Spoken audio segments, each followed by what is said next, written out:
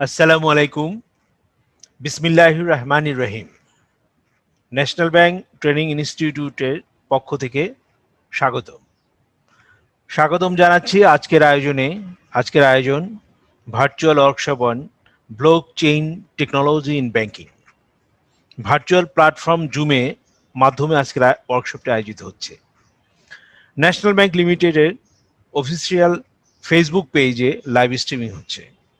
আমাদের মাঝে উপস্থিত রয়েছেন ন্যাশনাল ব্যাংক লিমিটেডের সম্মানিত ব্যবস্থাপনা পরিচালক চলতি দায়িত্ব জনাব এস এম বুলবুল, সম্মানিত উপব্যবস্থাপনা পরিচালক জনাব শাহ সৈয়দ আব্দুল বারী, সৈয়দ রইসুদ্দিন আরিফ মোহাম্মদ শাহিদুল হক, এসএবিপি জনাব কাজী কামাল উদ্দিন আহমেদ, জনাব হোসেন আক্তার চৌধুরী, জনাব মোহাম্মদ মনিরুজ্জামান, আঞ্চলিক প্রধানগণ, বিভাগীয় প্রধানগণ, বিভিন্ন শাখা প্রধানগণ, বিভিন্ন শাখায় কর্মরত নির্বাহী ও কর্মকর্তাগণ, বিভিন্ন বিভাগ ওভারসিজ অফিসের নির্বাহী কর্মকর্তাগণ, উপস্থিত রয়েছেন জনাব Mohammad Faisal Hasan, faculty member BIBM, যিনি আজকের ওয়ার্কশপের কি স্পিকার।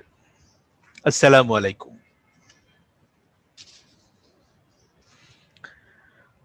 আমি অনুরোধ জানাচ্ছি ন্যাশনাল ব্যাংক লিমিটেডের সম্মানিত উপব্যবস্থাপনা পরিচালক জনাব শাহ সৈয়দ আব্দুল বারী স্যারকে স্বাগত বক্তব্য দেওয়ার জন্য ও আনুষ্ঠানিকভাবে ওয়ার্কশপটি উদ্বোধন করার জন্য। আসছেন সম্মানিত উপব্যবস্থাপনা পরিচালক জনাব শাহ সৈয়দ আব্দুল বারী স্যার। মইনুল সাথে একটু আগে কথা হয়েছে আমার, সেটা হচ্ছে যে ব্লক চেইন টেকনোলজি একেবারে নতুন ধারণা, যেটা সরকারি বেসরকারি ব্যবসা বাণিজ্য সম্পাদনে বিশ্বব্যাপী একটি নতুন ধারণা। এই টেকনোলজিকে ডিস্ট্রিবিউটেড লেজার টেকনোলজি বলা হয়। অর্থাৎ যেমন একটা এলসি খুলতে দুটো ব্যাংক লাগে, দুটো পার্টি লাগে, অ্যাডভাইজিং ব্যাংক লাগে, জাহাজ লাগে, প্লেন লাগে। তো কোনটা কোথায় আছে না আছে স্পষ্ট ভাবে সবাই সবাইকে দেখতে পারবে, কস্টিং কমে যাবে, সবাই বুঝতে পারতেছে যে না সে এই ডকুমেন্ট নিয়ে ব্যাংকে জমা দিচ্ছে বা সাপ্লায়ার এটা জাহাজে তুলে দিয়েছে। স্বচ্ছতা বাড়বে, সিকিউরিটি কিন্তু ইনশিওর হবে, এবং ফ্রড ফর্জারি ফিনান্সিয়াল ক্রাইমটা কমে যাবে, কিন্তু সবাই সবাইকে জানতেছে কে কি। মানে এখানে কোনো আনসিন অথবা জাহাজ আসলোই না, ভুয়া ডকুমেন্টে টাকা পয়সা নিয়ে গেল, এই ধরনের ঘটনা ঘটার কোনো সম্ভাবনা কিন্তু থাকবে না। আজকের ভার্চুয়াল ওয়ার্কশপের মূল বক্তা বিআইবিএম ফ্যাকাল্টি মেম্বার জনাব ফয়সাল হাসান, যিনি ব্যাংকিং সেক্টরকে নতুন নতুন টেকনোলজি নিয়ে উনি কিন্তু গবেষণা করেন। আমি সকলকে এই সেশনটি মনোযোগ সহকারে শোনা এবং আগ্রহ সহকারে শুনতে আমি অনুরোধ করতেছি, শেখার আগ্রহ নিয়ে, বুঝার আগ্রহ নিয়ে। আমাদের সম্মানিত ব্যবস্থাপনা পরিচালক চলতি দায়িত্ব জনাব এস.এম. বুলবুল স্যারের অনুমতি ক্রমে আনুষ্ঠানিকভাবে আমি শাহ সৈয়দ আব্দুল বারী এই ওয়ার্কশপটি শুভ উদ্বোধন ঘোষণা করছি। সকলকে ধন্যবাদ। ধন্যবাদ honourable deputy managing director Shah Syed Abdul Bari স্যারকে অত্যন্ত সুন্দরভাবে এবং প্রিসাইসলি ব্লক চেইনের উপর একটা সম্যক ধারণা দিয়েছেন।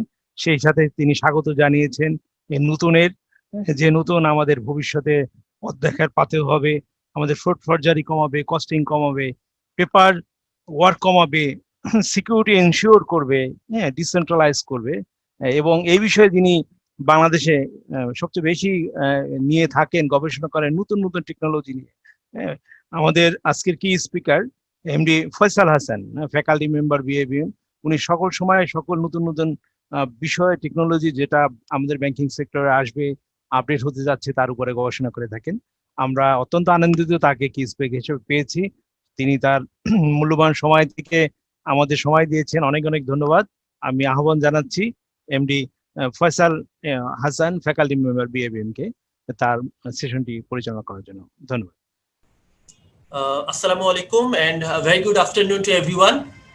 This is Faisal Hassan from BIBM, and let me give a very special thanks to NBL Authority for taking a time-demanding initiatives, as well as I would like to give thanks to National Bank Training Academy for taking such a bold initiative. যে অন্যান্য ব্যাংকগুলো এখনো আসলে হয়তো কেউ ভাবে চিন্তাই করেছে কিনা আমি জানি না, সেখানে আপনারা যে ট্রেনিং এর একটা অ্যারেঞ্জমেন্ট করেছেন এবং এই বিষয়টা নিয়ে সব এমপ্লয়ীদেরকে জানানোর একটা সুযোগ এবং একটা প্ল্যাটফর্ম তৈরি করেছেন, এজন্য আমি আসলে সম্মানিত কর্তৃপক্ষ যারা আছেন তাদের সকলকে আমার অন্তরের অন্তঃস্থল থেকে ধন্যবাদ জানাচ্ছি। Okay, so I am sure that you can see, so let me start my session with the topics that I am going to discuss today.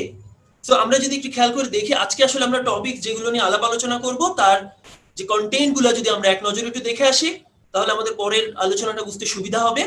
আমরা এখানে আজকে ফার্স্ট অফ অল আমরা ফিনটেক, কমনলি চারিদিকে শোনা যাচ্ছে ফিনটেক ফিনটেক ফিনটেক, আসলে এই শব্দটা কি বোঝায়, ফিনটেক বলতে আমরা কি বুঝি এবং টেকফিন বলতে আমরা কি বুঝি, এই দুইটা কনসেপ্টের মধ্যে ক্লিয়ার একটা ডিস্টিংশন আমি আপনাদেরকে বোঝানোর চেষ্টা করব। আমাদের আলোচনা শেষে এটা আপনারা ক্লিয়ারলি বুঝতে পারবেন। আফটার দ্যাট আমি একটু দেখানোর চেষ্টা করব যে ব্যাংক তার শুরু থেকে ইভলিউশনটা কিভাবে হচ্ছে এবং ফাইন্যান্সিয়াল টেকনোলজি এবং টেকনোলজি কিভাবে ব্যাংকিং কে এফেক্ট করছে এবং ফিউচার ব্যাংকিং কে এফেক্ট করবে, সেই জায়গাটা আপনাদের সামনে তুলে ধরবো। আপনারা চেঞ্জটা ক্লিয়ারলি বুঝতে পারবেন। এর পাশাপাশি কিছু ডিসরাপটিভ টেকনোলজি, যে টেকনোলজিগুলো ব্যাংকিং কে চেঞ্জ করে দিচ্ছে, not only blockchain, there are some other technologies, সেই টেকনোলজিগুলো সংক্ষেপে একটা ওভারভিউ দেওয়ার চেষ্টা করব। এরপরে আমি একদমই নভিস এবং খুবই সহজ অ্যাপ্রোচে ব্লকচেন টেকনোলজি জিনিসটা কি এবং এটা কিভাবে কাজ করে, এর সিকিউরিটি প্যাটার্নগুলো কি, এই বিষয়গুলো নিয়ে আপনাদের সাথে আলাপ আলোচনা করব। এরপরে আমি শুধুমাত্র ব্যাংকিং এ না, ব্যাংকিং এর বাইরে গিয়ে আর কোথায় কোথায় ব্লকচেন টেকনোলজি ইউজ করা যেতে পারে সে বিষয়ে আমি আপনাদের সাথে আলাপ করব। এছাড়াও আমরা রিসেন্টলি লাস্ট ইয়ারে আমরা একটা গবেষণা করেছিলাম ব্লকচেন টেকনোলজি ব্যাংকিং এর রিলেভেন্স নিয়ে, সেই রিসার্চ থেকে কিছু ফাইন্ডিংস আপনাদের সাথে শেয়ার করব।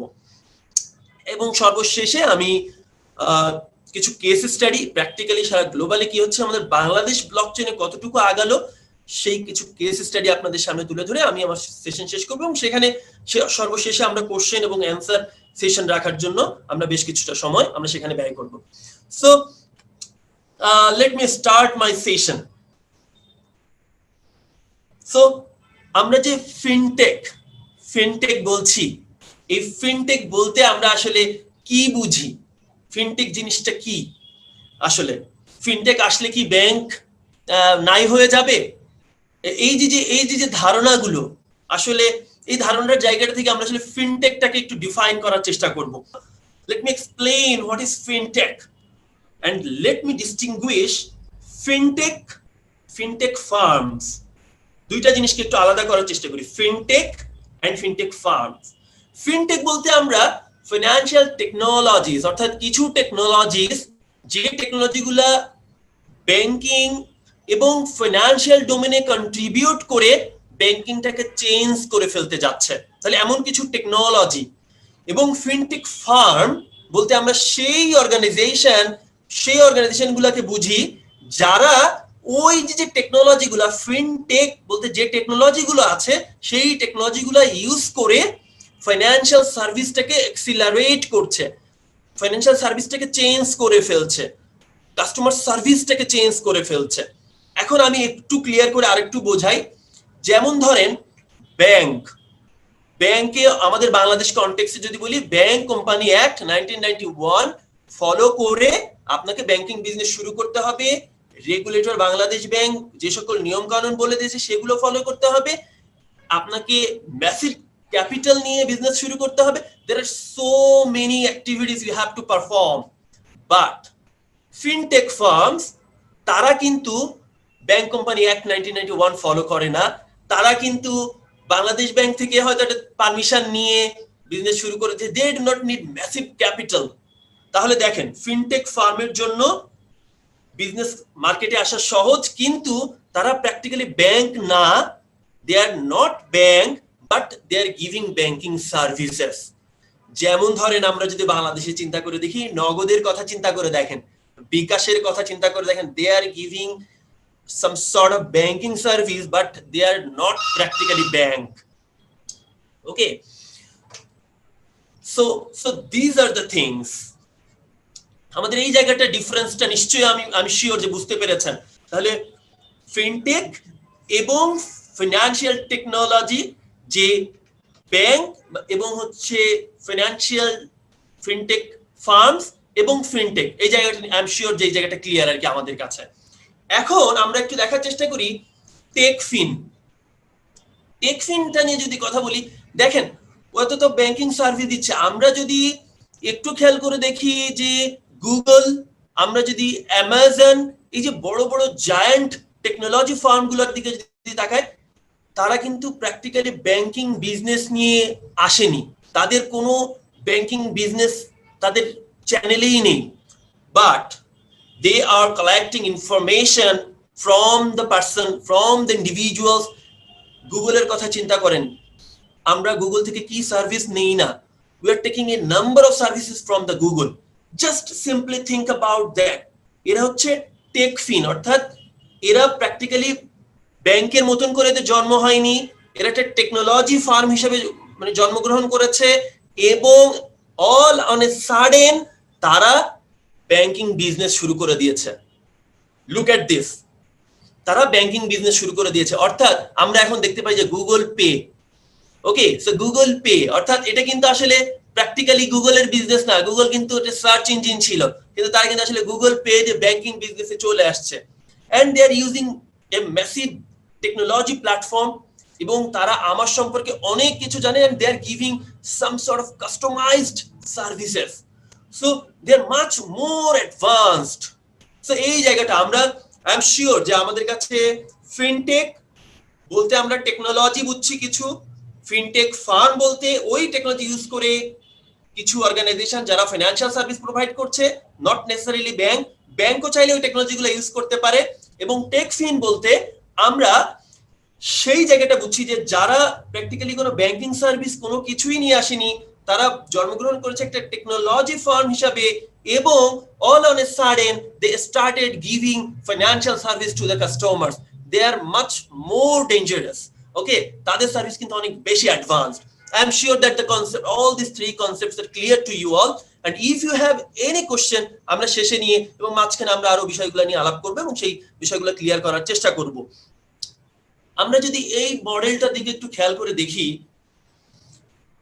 আসলে আমি এইগুলো আলাপ করার একটা ব্যাকগ্রাউন্ড আলাপ করার উদ্দেশ্য হচ্ছে যে আমাদের ব্লকচেন টেকনোলজিটা আসলে কিভাবে আসলো, কেন ব্লকচেন, সেই ব্যাকগ্রাউন্ডটা বোঝার জন্যই আমার এই বেসিক আলোচনাগুলো করা।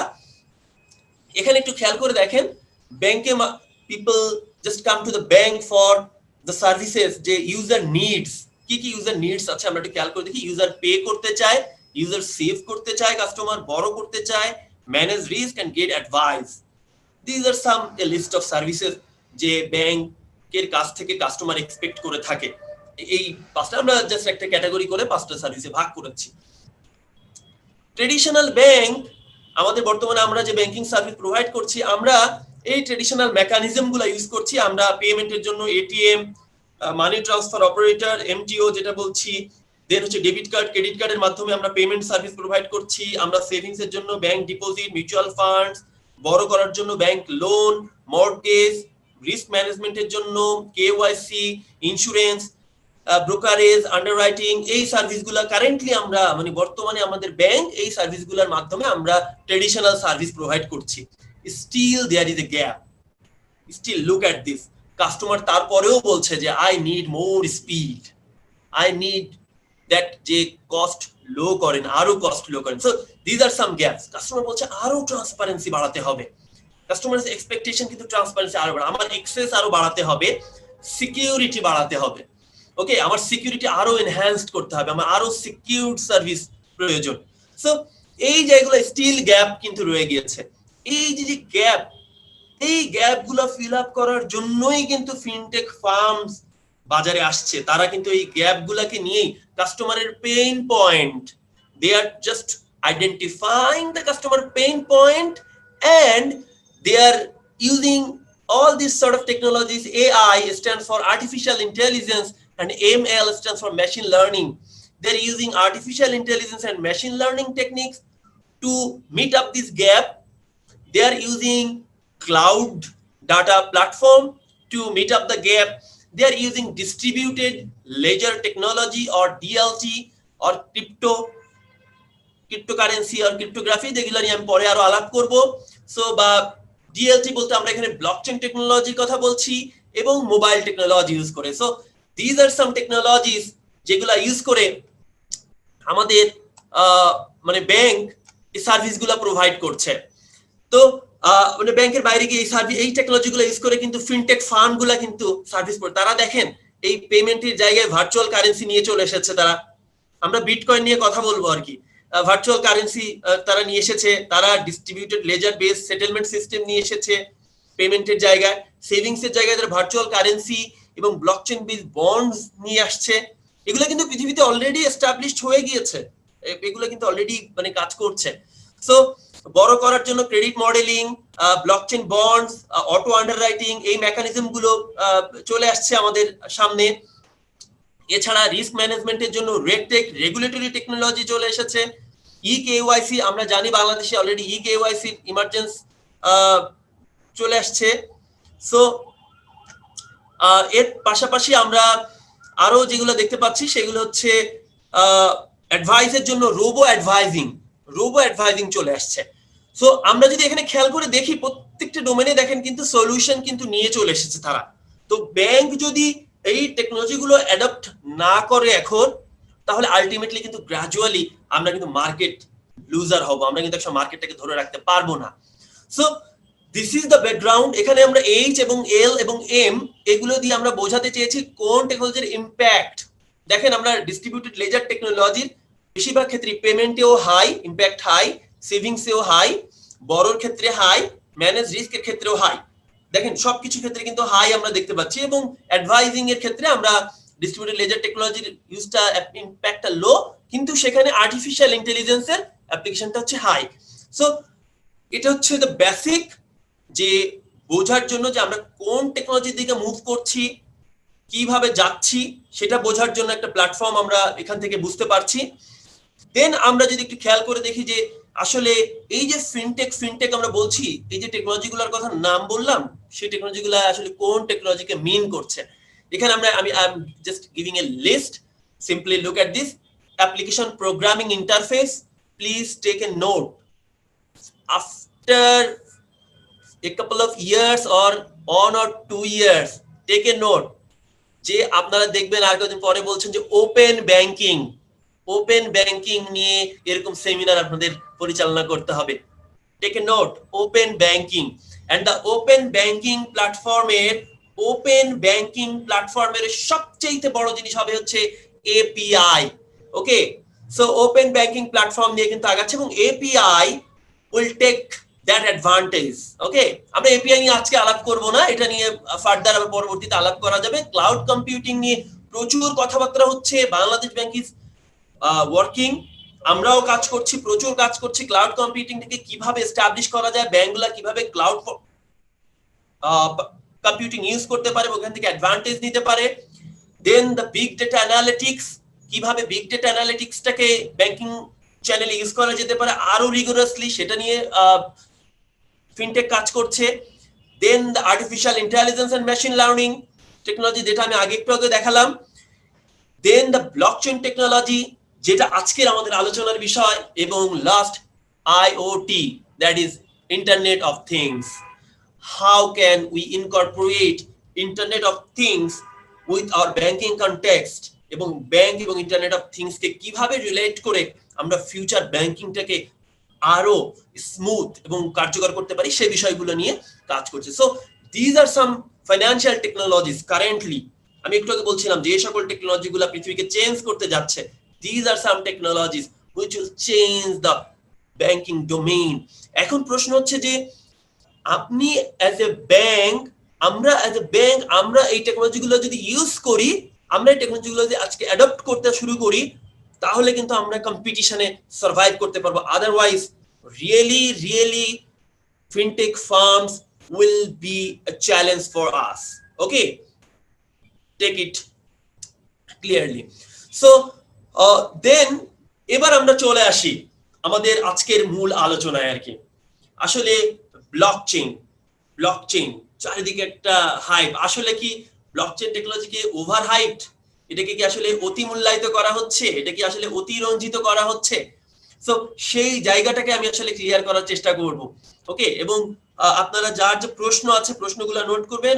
আমি শেষে অনেকটা সময় রাখবো যে শুধু প্রশ্ন এবং উত্তর সেশনটা ক্লিয়ার করার জন্য। আমি খুব নভিস অ্যাপ্রোচে বোঝানোর চেষ্টা করব। সো সিম্পলি থিংক যে ব্লকচেইন টেকনোলজিটা কিন্তু 1991 এ প্রথম আসলে আবিষ্কার করা হয়, 1991। এবং এই ব্লকচেইন টেকনোলজিটাকে বলা হচ্ছে distributed ledger technology. This is a distributed ledger technology. So দেখেন, লেজার বা খতিয়ানের মাধ্যমে আমরা কি করি যে সবার হিসাব কিতাব মানে প্রতিটা নাম ধরে ধরে হিসাব কিতাব মেনটেন করি, আমরা লেজার মেনটেন করি। সো এটা হচ্ছে ডিস্ট্রিবিউটেড মেকানিজম, এটা সেন্ট্রালাইজড মেকানিজমে না। আমাদের এটা বুঝতে হবে, নট সেন্ট্রালাইজড, অর্থাৎ সবার কাছে একটা করে কপি, সবার কাছে একটা করে খতিয়ান মেনটেন করা হয়েছে। This is a distributed ledger technology. তাহলে বললাম 1991 এ শুরু হলেও এই ব্লকচেইন টেকনোলজিটা অ্যাপ্লিকেশনে আসে হচ্ছে 2008 সালে। টেক এ নোট, 2008 সালে by a anonymous person named Satoshi Nakamoto. এই সাতোশি নাকামোটো 2008 সালে প্রথম এই টেকনোলজি ইউজ করে একটা অ্যাপ্লিকেশন উনি প্রথম করেন, যেটার নাম হচ্ছে বিটকয়েন। উনি প্রথম 2008 সালে এই টেকনোলজিটা ইউজ করে প্রথম একটা অ্যাপ্লিকেশন, অর্থাৎ ব্লকচেইনের প্রথম অ্যাপ্লিকেশন 2008 সালে, সেটা হচ্ছে বিটকয়েন। অর্থাৎ আমরা ফ্রিকোয়েন্টলি ইন্টারচেঞ্জ করে ফেলি, বলি যে বিটকয়েন মানে blockchain. No, blockchain is the technology, blockchain is the platform. Based on that platform একটা অ্যাপ্লিকেশন হচ্ছে bitcoin. there are a number of cryptocurrency, there are thousands of application এখন এই ব্লকচেইন টেকনোলজির উপর ভর করে তৈরি হয়েছে। আমি যদি একটু অ্যানালজি ক্রিয়েট করি, ইন্টারনেট হলো একটা টেকনোলজি, ইন্টারনেট হচ্ছে একটা টেকনোলজি, ওই টেকনোলজির একটা অ্যাপ্লিকেশন হচ্ছে ইমেইল, একটা অ্যাপ্লিকেশন হচ্ছে আমাদের গুগল সার্চ। আসলে ইন্টারনেট মানে কিন্তু গুগল সার্চ না, make the distinction. So this is very simple, blockchain is the technology, this is a distributed ledger technology mechanism, যেটা কিনা কি করছে এই টেকনোলজির উপর বেস করে, এই প্ল্যাটফর্মের উপর বেস করে থাউজেন্ডস অফ অ্যাপ্লিকেশন তৈরি হচ্ছে। তার প্রথম অ্যাপ্লিকেশনটা হচ্ছে বিটকয়েন, এবং বিটকয়েনটা ইন্ট্রোডিউস করেছিলেন একজন অ্যানোনিমাস পারসন, সেই ব্যক্তিকে কেউই চেনে না পৃথিবীতে, সেই ব্যক্তির নাম হচ্ছে Satoshi Nakamoto. Okay, I think the concept is clear to you all. এবং এই যে ব্লক কে কিভাবে চেইন আকারে কানেক্ট করে করে কাজ করে, সেটা নিয়ে আমরা নেক্সট আলাপ আলোচনার মধ্যে আসতে থাকবো, আমাদের ফার্দার ডিসকাশনে আসবে। সো ব্লকচেইন কে আমাদের বুঝতে গেলে বা ডিস্ট্রিবিউটেড লেজার টেকনোলজিকে বুঝতে গেলে আমাদের এই যে 6টা ক্যারেক্টারিস্টিক্স কে একটু আমাদের দেখে আসতে হবে আর কি। তো ব্লকচেইনের প্রথম যে ক্যারেক্টারিস্টিক সেটা হচ্ছে ডিসেন্ট্রালাইজড বা ডিস্ট্রিবিউটেড, অর্থাৎ সেটা আমার কাছে একার কাছে থাকবে না, এটা আমার কাছে, আপনার কাছে, আরেকজনের কাছে, আরেকজনের কাছে, সবার কাছে এই কপিটা থাকবে। এটা হচ্ছে this is the first characteristics of blockchain technology. তাহলে এটা ডিসেন্ট্রালাইজড, এটা সবার কাছে। এখন প্রশ্ন আসছে, মনের মধ্যে অনেক প্রশ্ন জমা হচ্ছে যে তাহলে সবার কাছে থাকলে সবাই তো জেনে ফেলবে, অনেক কনফিডেন্সিয়াল ইনফরমেশন থাকতে পারে। I will discuss it. Okay, যে কেউ জানতে পারবে, কিভাবে জানতে পারবে, কেন জানতে পারবে, কেন জানতে পারবে না। So this is the decentralised, the first feature. Second issue is transparent. This is সবার কাছে আছে, সুতরাং কেউ সেন্ট্রালি ম্যানিপুলেট করে একটা জিনিস চেঞ্জ করে ফেললো সুযোগ নেই, যেহেতু সবার কাছে কপি রয়েছে। This is very transparent to everyone. Then this technology is open source. Open source means you can take that technology and you can use that technology at your own way. আপনি চাইলে সেই technology, আমরা open source বিভিন্ন রকম software আমরা আসলে download করি, সেই সফটওয়্যারকে চাইলে আমরা আসলে নিজেদের মতো কাস্টমাইজ করি এবং সেটাকে চাইলে নিজের মতন করে ইউজ করার সুযোগ আমাদের রয়েছে, that is open source characteristics. And then হচ্ছে অটোনমি। দেন বলছে যে এটা একটা কনসেনসাস মেকানিজম ইউজ করে, যে কারণে এটা কি হচ্ছে, এটা অটোনোমাস, এটা কোনো মানে কারোর প্রতি ডিপেন্ডেবল না, এটা নিজের মতন, এটা নিজে এই টেকনোলজিটাকে কাজ করতে পারে, সুতরাং অটোনমি। আমরা এই জিনিসগুলো একটু শুনে যান, সামনে আরো ক্লিয়ার হয়ে যাবে আর কি। আমি I am giving you the guarantee যে সামনে আরো ক্লিয়ার হবে আর কি। Then immutable, no, you cannot change once the transaction occurred, একবার যদি ট্রানজেকশন ওখানে রেকর্ড হয়ে যায় এটা আর চেঞ্জ করা সম্ভব না। This is the unique feature of blockchain technology. একবার ট্রানজেকশন হয়ে গেলে you can not change that, ওটা ফিক্সড হয়ে থাকবে আর কি, you can not change that. So immutable and anonymity, unless মানে আপনি অ্যাড্রেস দিয়ে, মানে সেটা অ্যাড্রেস মানে কে, anonymous, no one can identify যে কে এই ব্যক্তি, কোথা থেকে বসে কাজ করছে, ইট ইজ অ্যানোনিমাস। এটা দরকার, অ্যানোনিমিটি দরকার আছে, সেটা আমরা মানে বুঝতে পারবো। অ্যানোনিমিটি দরকার আছে যে সবাই এখানে ট্রাস্ট, এখানে আপনার ব্যক্তিকে চেনার দরকার নেই, ইট ইজ নট নেসেসারি যে ওই ব্যক্তিকে সেই ব্যক্তিকে, জাস্ট মেক শিওর যে ট্রানজেকশন ইজ পারফেক্ট। এখানে ট্রাস্ট, ব্যক্তিকে না চিনে যে ট্রাস্ট বিল্ড করা সম্ভব, I do not need to that person to know that person, আমাকে ওই ব্যক্তি কে, কি, ওই ব্যক্তির ক্যারেক্টার কেমন, you do not need to know all those things, but you can build a trust on that because of this mechanism. So these are the common characteristics of blockchain technology. এখানে বেশ কিছু terminology চলে আসছে, node, consensus, এরকম বেশ কিছু শব্দ চলে আসছে। আমরা এই শব্দগুলো ক্লিয়ার করার চেষ্টা করছি নেক্সট কিছু স্লাইডের মাধ্যমে। প্রায় একটা কথা চলে আসছে আমাদের এখানে, নিশ্চয়ই ডাটাবেজ অ্যাডমিনিস্ট্রেটর কেউ একজন নিশ্চয়ই আছেন, আমি শিওর না, হয়তো থাকতে পারেন। অনেকেই বলে যে তাহলে ব্লকচেন আসলে কি, যেহেতু ব্লকচেন একটা ডাটা স্ট্রাকচার, তাহলে কি ডাটাবেজের রিপ্লেসমেন্ট ব্লকচেন টেকনোলজি?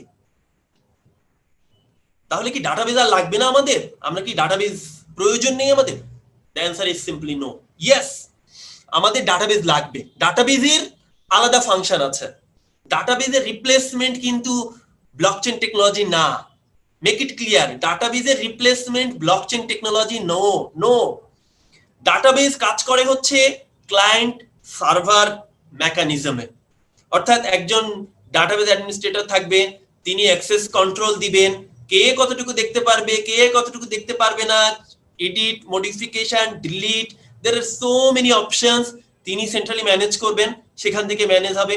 এবং ডাটাবেজ যে ফাংশনালিটি করতে পারে, ডাটাবেজে যে জিনিসগুলো প্রিজার্ভ করা সম্ভব, প্র্যাকটিক্যালি ব্লকচেনে সেটা করা সম্ভব না। আমি এটা বলে রাখছি, মেক ইট ক্লিয়ার। সো ডাটাবেজের রিপ্লেসমেন্ট কিন্তু ব্লকচেন টেকনোলজি না। ওকে, সো ব্লকচেন হচ্ছে, আমরা বলছি P2P নেটওয়ার্কের মেকানিজমে কাজ করে। P2P stands for peer to peer network, peer to peer network, please একটু লিখে রাখেন, peer to peer network. So আমরা এখানে দেখতে পাচ্ছি, পরের ডান পাশে যে পিকচারটা আমরা দেখতে পাচ্ছি, এখানে দেখেন মানে প্রত্যেকটা কম্পিউটার, একটা কম্পিউটার আরেকটা কম্পিউটারের সাথে কানেক্টেড। আর বাম পাশের যে পিকচারটা দেখতে পাচ্ছি, এখানে কিন্তু দেখেন একটা সার্ভার, সেই সার্ভারটা থেকে অন্যান্য সকল কম্পিউটার সেখানে প্রয়োজন অনুসারে ডাটা ডিসভার্স করা হচ্ছে। সো একটা হচ্ছে পিয়ার টু পিয়ার মেকানিজমে কাজ করে, আর একটা হচ্ছে ক্লায়েন্ট সার্ভার মেকানিজমে কাজ করে। দুইটার কর্মপদ্ধতি, ডাটা স্টোরেজ মেকানিজম কিন্তু different. Okay, so this is the difference between database এবং blockchain. Blockchain can be database, blockchain can be database, blockchain database হতে পারে, but a database can not be blockchain. Okay, make sure about that thing. So আমরা যদি এখন এই যে কিছু terminologies আমি একটু আগে বলছিলাম, যে এই যে ব্লকচেনে যে আমার একটা কম্পিউটার, আপনার একটা কম্পিউটার, তার একটা কম্পিউটার, এই যে যারা একটা নেটওয়ার্কের আন্ডারে আসবে, এই প্রত্যেকটা কম্পিউটারকে আমরা ব্লকচেনের ভাষায় বলি হচ্ছে নোড। ব্লকচেনের ভাষায় আমরা এটাকে বলছি প্রত্যেকটা কম্পিউটারকে এক একটা নোড। অর্থাৎ আপনি যদি একটা নোডের ওনার হন, তাহলে আপনি ওই নেটওয়ার্কের আন্ডারে আসতে পারবেন। যতক্ষণ না আপনি একটা নোড হতে পারবেন, ততক্ষণ ওই নেটওয়ার্কের আন্ডারে আসতে পারবেন না, বা ব্লকচেনে কোনো ফাংশন করতে পারবেন না। তাহলে একটা নোড হতে গেলে আমাকে কি করতে হবে? নোড হতে গেলে আপনাকে যে নেটওয়ার্কের আন্ডারে আপনি যেতে চাচ্ছেন, যদি আপনি বিটকয়েন, কোন বিটকয়েনের ওনার হতে চান, তাহলে আপনাকে বিটকয়েন নেটওয়ার্কের জন্য একটা লেজার ডাউনলোড করতে হবে। যখন ডাউনলোড করবেন, সেটা সেট আপ দিবেন, তখন আপনি বিটকয়েন নেটওয়ার্কের আন্ডারে একটা নোড হিসাবে ট্রিটমেন্ট পাবেন। ধরেন বাংলাদেশ ব্যাংক চিন্তা করলো বাংলাদেশে যতগুলো ব্যাংক আছে প্রত্যেকটা ব্যাংকগুলোকে নিয়ে একটা ব্লকচেন নেটওয়ার্ক তৈরি করবে। তাহলে প্রত্যেকটা ব্যাংকের একটা কম্পিউটার থাকবে, প্রত্যেকটা ব্যাংকের এক একটা কম্পিউটার একটা নোড হিসাবে কাজ করবে। আমার ব্যাংকে, ন্যাশনাল ব্যাংকের একটা কম্পিউটার একটা নোড, ইস্টার্ন ব্যাংকের একটা কম্পিউটার একটা নোড। এই তাহলে নোড বলতে আমরা ওই নেটওয়ার্কের আন্ডারে যে কয়টা কম্পিউটার থাকবে সেই প্রত্যেকটা কম্পিউটারকে এক একটা নোড হিসাবে আমরা মার্ক করছি। তাহলে নোড হতে গেলে আপনাকে ওই ব্লকচেনের যে লেজার যেটা আছে সেই লেজারটাকে ডাউনলোড করতে হবে অবশ্যই আপনাকে। দেন আমরা যদি একটু খেয়াল করে দেখি ট্রানজেকশনস, একটা ব্লকচেনের মধ্যে কতগুলো ট্রানজেকশনস থাকে। একটা ব্লক, এই যে ব্লক বলতে আমরা বুঝি একটা সামথিং যে যার ভেতরে কিছু জিনিসপত্র থাকে। সেই ব্লকের ভেতরে কি কি জিনিসপত্র থাকে সেটা নিয়ে আমরা দেখবো যে তার ভিতরে ট্রানজেকশনস থাকে। তাহলে ব্লকের মধ্যে কিছু ট্রানজেকশন থাকবে, তাহলে একটা ব্লকচেনে আরেকটা ট্রানজেকশন হইতে হবে সেটা। দেন আমরা বলছি ব্লক বলছে data structure used for keeping A set of transaction which is distributed in mechanism. So একটা ব্লক, আমাদের কি থিং কিন্তু ব্লক, এই ব্লকের মধ্যে কি থাকে, ব্লক কোন কোন জিনিস নিয়ে একটা ব্লক তৈরি হয় সেটা আমরা দেখবো আর কি। দেন আমরা বলছি chain, A sequence of blocks in a specific order, একটা সিকোয়েন্স থাকবে সেটা চেইন আকারে একটার সাথে একটা কানেক্টেড থাকবে। দেন আমরা বলছি এখানে মাইনার হচ্ছে সেই তারা যারা এই ব্লকচেন নেটওয়ার্কের মধ্যে যখন কোনো ট্রানজেকশন হয় সেই ট্রানজেকশনটাকে সলভ করার জন্য তারা এডিশনাল কিছু কম্পিউটার এবং বেশ কিছু রিসোর্স নিয়ে বসে থাকে এবং সেই প্রবলেমগুলো কমপ্লেক্স প্রবলেম যখন নেটওয়ার্কে কোনো ট্রানজেকশন সলভ করার প্রয়োজন হয় তারা ওই সেই সলভ করার জন্য কাজ করে থাকে, তাদেরকে আমরা মাইনার বলি আর কি। দেন আমরা বলছি consensus is the mechanism rules, যেটা কিনা এনশিওর করে যে যারা এই নোডের সাথে, যারা যতগুলো নোড আছে সেই নোডগুলো সবাই এক, সবগুলা নোড একই কথা বলছে, সবগুলা নোড একই ট্রানজেকশন একই ডাটা হোল্ড করছে, সেটাকে আমরা কনসেনসাস মেকানিজমের মাধ্যমে সেটা জেনে থাকি। So this are the core components of blockchain architecture.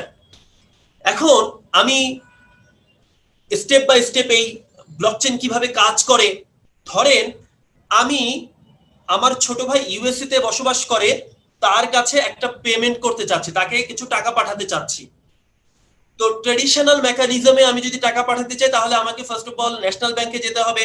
Traditional মেকানিজমটা যদি আমরা খেয়াল করি, আমি ন্যাশনাল ব্যাংকে যাব, ন্যাশনাল ব্যাংক থেকে বাংলাদেশ ব্যাংক, আমার দেশের সেন্ট্রাল ব্যাংক, আমার দেশের সেন্ট্রাল ব্যাংক, সেই দেশের সেন্ট্রাল ব্যাংক, সেই দেশের সেন্ট্রাল ব্যাংক, সেই দেশের করসপন্ডিং ব্যাংক, সেই করসপন্ডিং ব্যাংক তার ক্লায়েন্ট অর্থাৎ আমার ছোট ভাই তার কাছে, অর্থাৎ there are multiple parties.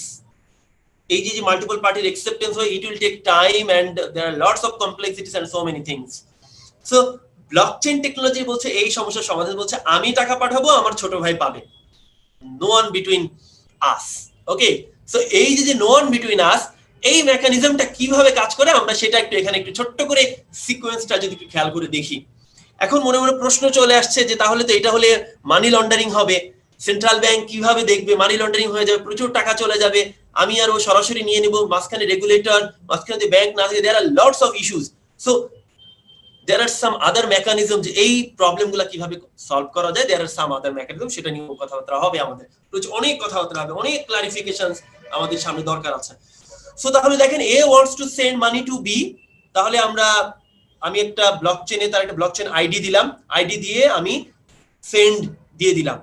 Send দিয়ে দেওয়ার সাথে সাথে কি হচ্ছে, সেই ট্রানজেকশনটা কি হচ্ছে ব্লক আকারে, একটা ব্লক আকারে ট্রানজেকশনটা ব্লক আকারে নেটওয়ার্কে চলে যাচ্ছে। নেটওয়ার্কে চলে যাওয়ার সাথে সাথে আমরা যতগুলা কম্পিউটার এই নেটওয়ার্কের আন্ডারে আছে, সকল কম্পিউটারে ওই ট্রানজেকশনটা সকল কম্পিউটারে চলে গিয়েছে। সকল কম্পিউটার এখন ভেরিফাই করছে যে ইয়েস ওর ব্যালেন্সে এত টাকা আছে, সেটা সকল কম্পিউটার অটোমেটিক্যালি ভেরিফাই করে ফেলছে যে ওর অ্যাকাউন্টে এত টাকা আছে এবং সে এত টাকা ওকে সেন্ড করতে যাচ্ছে। প্রত্যেকটা লেজার, প্রত্যেকটা নোড সেটা ভেরিফাই করছে। এটা অটোমেটিক একটা মেকানিজমের মাধ্যমে সেটা ভেরিফিকেশন হয়ে যাচ্ছে। ভেরিফিকেশন হওয়ার পরে দেখেন বলছে, এই যে দেখেন those in the network approve the transaction is valid, অর্থাৎ আমার অ্যাকাউন্টে টাকা ছিল, আমি সেটা পাঠাতে চেয়েছি, এটা ট্রু, এবং সেই ভ্যালিড ট্রানজেকশন যখন সবাই বলছে ভ্যালিড, সেই মেকানিজমটা কনসেনসাস মেকানিজমের মাধ্যমে সবাই ভ্যালিড বলছে, তখন সেটা নতুন একটা ব্লক আকারে সেটা কি হচ্ছে, একটা ব্লকের আগের যে ব্লকটা ছিল তার পরের ব্লক হিসেবে এই নতুন ট্রানজেকশনটা অ্যাড হয়ে গেল এবং মানি ট্রান্সফার কমপ্লিট। তাহলে দেখেন সিম্পলি আমি টাকা পাঠাচ্ছি, আমার ছোট ভাই পাচ্ছে, মাঝখানে কিছু মেকানিজমের মাধ্যমে কিছু অ্যালগোরিদম, কিছু টেকনোলজি, কিছু মানে কনসেনসাস মেকানিজম, এগুলা ইউজ করে আমরা সিম্পলি মাঝখানে কাউকে দরকার নেই আমরা টাকা পাঠিয়ে দিচ্ছি। So this is the technology, this technology works like this approach. So এখন এইটার অনেক নেগেটিভ ইস্যুস রয়েছে যে আমি সরাসরি টাকা পাঠিয়ে দিলে দেয়ার আর সো মেনি ইস্যুস, সেটা আলাপ আলোচনায় আসবে, সেগুলো আমরা শেষে আলাপ আলোচনা করবো। চ্যালেঞ্জ, এগুলো আমাদের চ্যালেঞ্জ, সেই চ্যালেঞ্জগুলো কিভাবে ওভারকাম করা যায় সেটা নিয়ে আমরা আলাপ আলোচনা করব। সো যেমনটা বলছিলাম যে ব্লক, এই যে ব্লক, একটা ব্লকচেইন একটা ব্লক, আসলে জিনিসটা মূল জিনিসটা আসলে ব্লক, তাই না? দেখেন যে ব্লকচেইন, একটা ব্লকের মধ্যে আসলে কি থাকে লিখে ফেলেন সবাই। একটা ব্লকচেইনে প্রথমেই থাকবে হচ্ছে একটা index, blockchain index number 1, number 2 time stamp, number 3 hash of the block,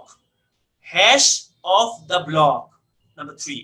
Number 4 hash of the previous block, and number 5 transactions. Basically এই পাঁচটা জিনিস। তাহলে প্রথমে বললাম ইন্ডেক্স থাকবে একটা, দেন আমি বললাম হচ্ছে কি বললাম, নেক্সটে কি বললাম, টাইম স্ট্যাম্প থাকবে, থার্ড কি বললাম, হ্যাশ অফ দ্য ব্লক থাকবে, ফোর্থ কি বললাম, hash of the previous block থাকবে, এন্ড 5 কি বললাম, যে ট্রানজেকশনস। অর্থাৎ মোস্ট ইম্পর্টেন্ট থিং হচ্ছে ট্রানজেকশন। এই ট্রানজেকশন গুলোকে হোল্ড করার জন্যই কিন্তু এই উপরের বাকি সব জিনিসপত্রগুলো, অর্থাৎ যত ট্রানজেকশন হবে সেই ট্রানজেকশন গুলো সিকোয়েন্সিয়ালি সাজানোর জন্য একটা ব্লকের মধ্যে একটা ট্রানজেকশন থাকবে এরকম না, একটা ব্লকের মধ্যে কয়েক হাজার ট্রানজেকশনও থাকতে পারে। ওকে, যেমন বিটকয়েনের ক্ষেত্রে একটা ব্লকের ক্যাপাসিটি হচ্ছে 1 MB, 1 মেগাবাইট। বিটকয়েনের ক্ষেত্রে বিটকয়েন যে ব্লক তৈরি করে, বিটকয়েনের যে ব্লকগুলো আছে সেই একটা ব্লকের মধ্যে 1 MB ডেটা থাকে। ব্লক এই বিটকয়েনের ক্যাপাসিটি হচ্ছে 1 MB, 1 মেগাবাইট। তো এরকম করে ডিফাইন করা থাকে আর কি। এই সেই জন্যই আসলে ব্লকচেইন টেকনোলজিতে ভিডিও স্টোরেজ, অডিও স্টোরেজ বা image storage is not good. Okay, খেয়াল করে দেখে নিন, এই জিনিসগুলো স্টোর করার জন্য আসলে ব্লকচেইন টেকনোলজি ভালো না, কারণ এখানে বেশি ডাটা, হেভি ডাটা আসলে স্টোর করা সম্ভব না, সেজন্য কিন্তু ultimately we need database. Okay, so this are the things. So এই যে ব্লকচেইনের একটা ব্লকের মধ্যে এই কম্পোনেন্টস গুলো থাকে। তাহলে প্রথমে বললাম ইন্ডেক্স, বলতে হচ্ছে প্রত্যেকটা ব্লকের একটা নাম্বার, থাকবে, ব্লক নাম্বার। এই যে যেমন ধরেন এখানে ব্লক 1574, 1575, 1507, এরকম প্রত্যেকটা ব্লকের একটা করে নাম্বার দেওয়া থাকবে, ব্লক ইন্ডেক্স। দেন আমরা বলছি যে টাইম স্ট্যাম্প, এই ব্লকটা কোন টাইমে জেনারেট হচ্ছে, এই time stamp is very important.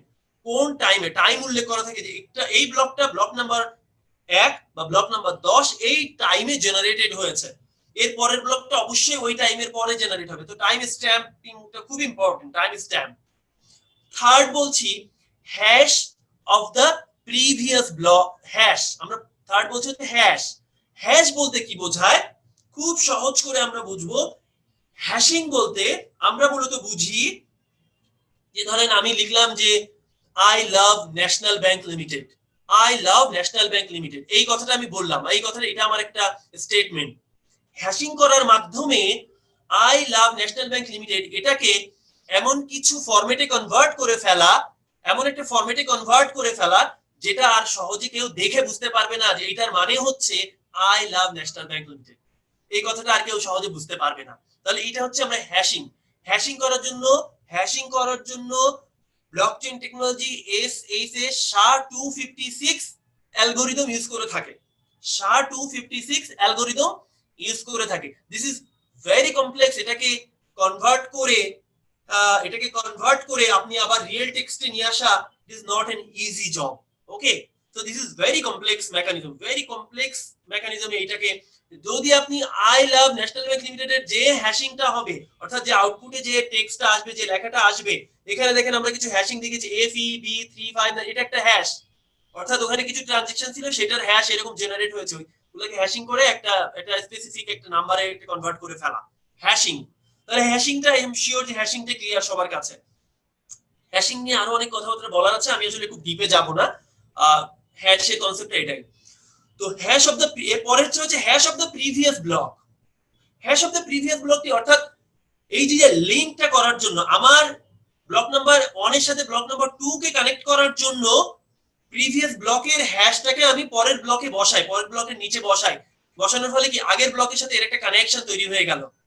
কারণ কি আমরা জানি যে একটা সাথে একটা কানেকশন তৈরি করতে গেলে তো ওই ব্লক থেকে কিছু না কিছু নিয়ে আসতে হবে, যার সাথে কানেক্টিভিটিটা তৈরি হবে, সেই জন্য কিন্তু hash of the previous block আমরা নিয়ে আসি। ওকে, মেক ইট ক্লিয়ার। এখন মনে প্রশ্ন আসবে, অনেকের মনে প্রশ্ন আসবে, যদি পাতা অর্ধেক পানিতে পড়ে আর অর্ধেক যদি ডাঙায় পড়ে তাহলে কি হবে, এরকম একটা প্রশ্ন সবার মনে আসতে পারে। সেটা হচ্ছে প্রথম যে ব্লকটা, ব্লক নাম্বার 0, ব্লক নাম্বার একটা 0 ব্লক হয়েছে, প্রথম ব্লকটা তো আগের ব্লক, যেহেতু আগের ব্লকের কানেক্টিভিটি লাগবে, তাহলে প্রথম ব্লকটা কি ছিল, প্রথম ব্লকটা কোথা থেকে আসলো, তার আগের ব্লকটা কি ছিল।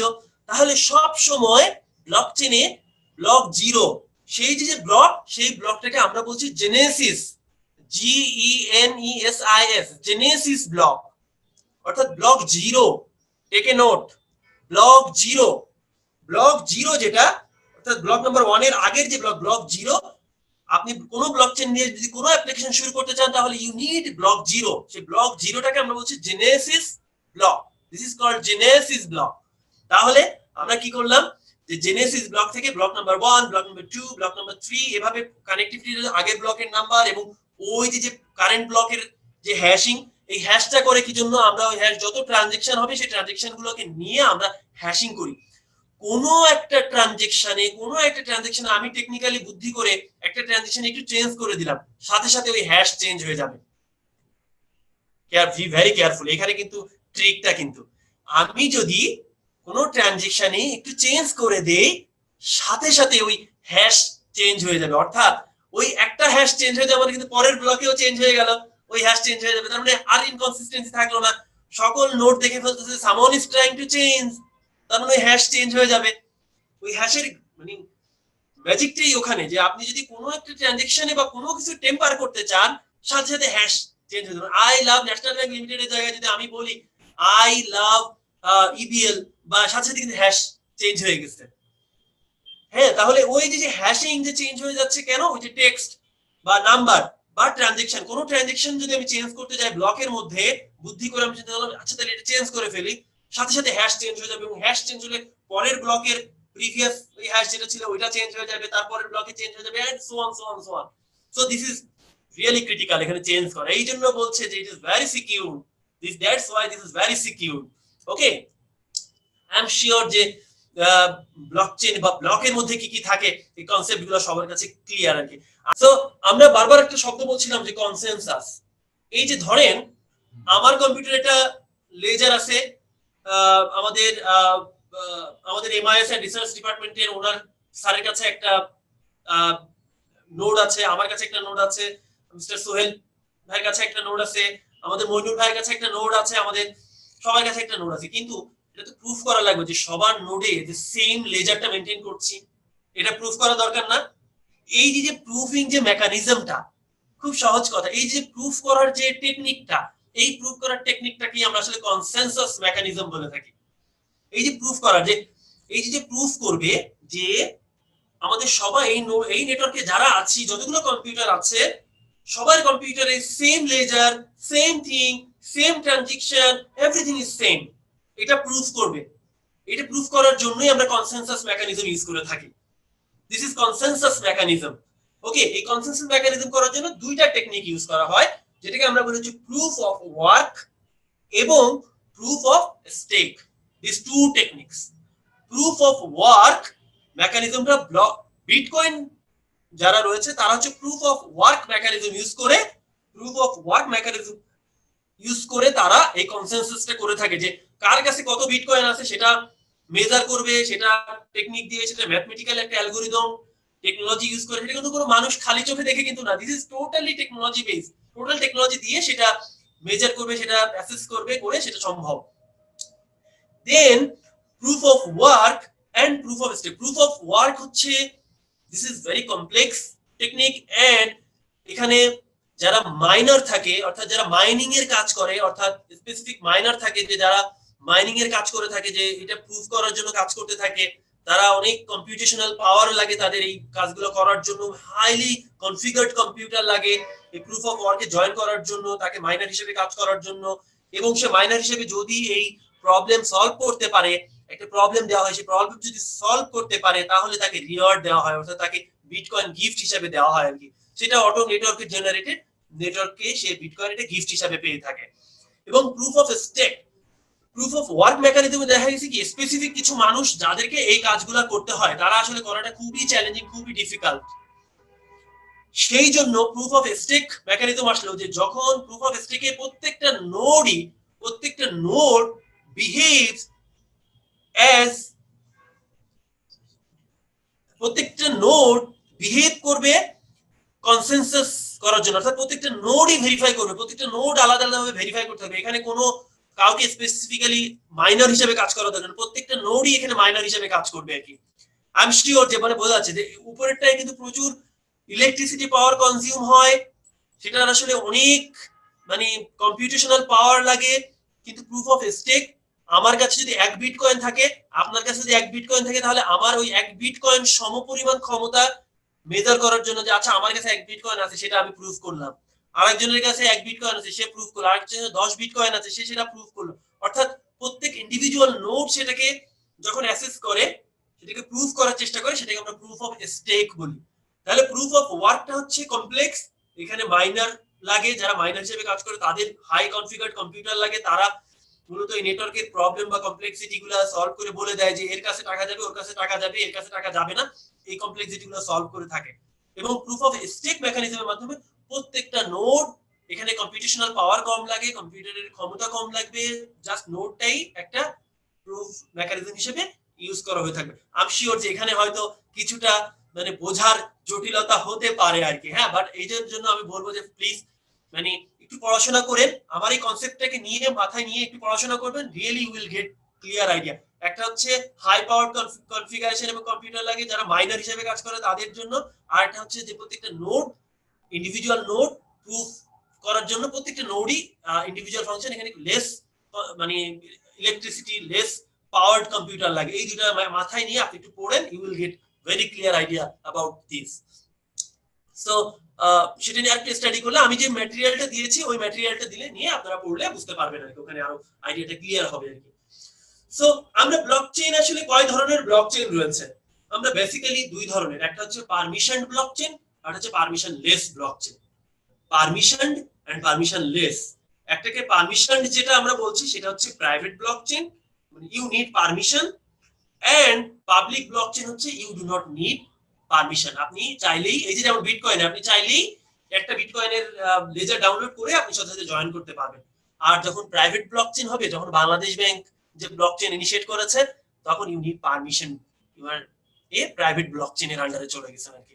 তাহলে আমাদেরকে বুঝতে হবে যে প্রাইভেট ব্লকচেইন এবং public blockchain. Public blockchain open, যে কেউ চাইলে জয়েন করতে পারছে, নাথিং মানে কমপ্লেক্স।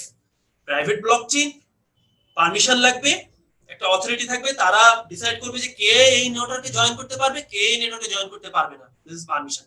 ফর এক্সাম্পল, আমরা যদি একটু চিন্তা করে দেখি, আমাদের বাংলাদেশের শিক্ষা বোর্ড, তারা তাদের সার্টিফিকেট, আমাদের প্রত্যেকের যে সার্টিফিকেট, এসএসসি এইচএসসি সার্টিফিকেট, একটা ব্লকচেইনের আন্ডারে নিয়ে যেতে চায়। ব্লকচেইনের মাধ্যমে আমরা ভেরিফাই করব বা দেখতে পারবো আর কি। তো এখানে এই সার্টিফিকেটটা যদি মানুষ দেখে ফেলে, আমার সার্টিফিকেট, এর কি কোনো সমস্যা আছে? আমার তো মনে হয় না কোনো সমস্যা আছে। এটা তো দেখতে চাই, আমার ধরুন যে আমার নিয়োগকর্তা, সে তো আমার জানতে চায় যে আসলে ওর সার্টিফিকেটটা ভ্যালিড, সত্যিকারের সার্টিফিকেট কিনা, সেটা তো আসলে ভেরিফিকেশনের দরকার আছে, তাই না?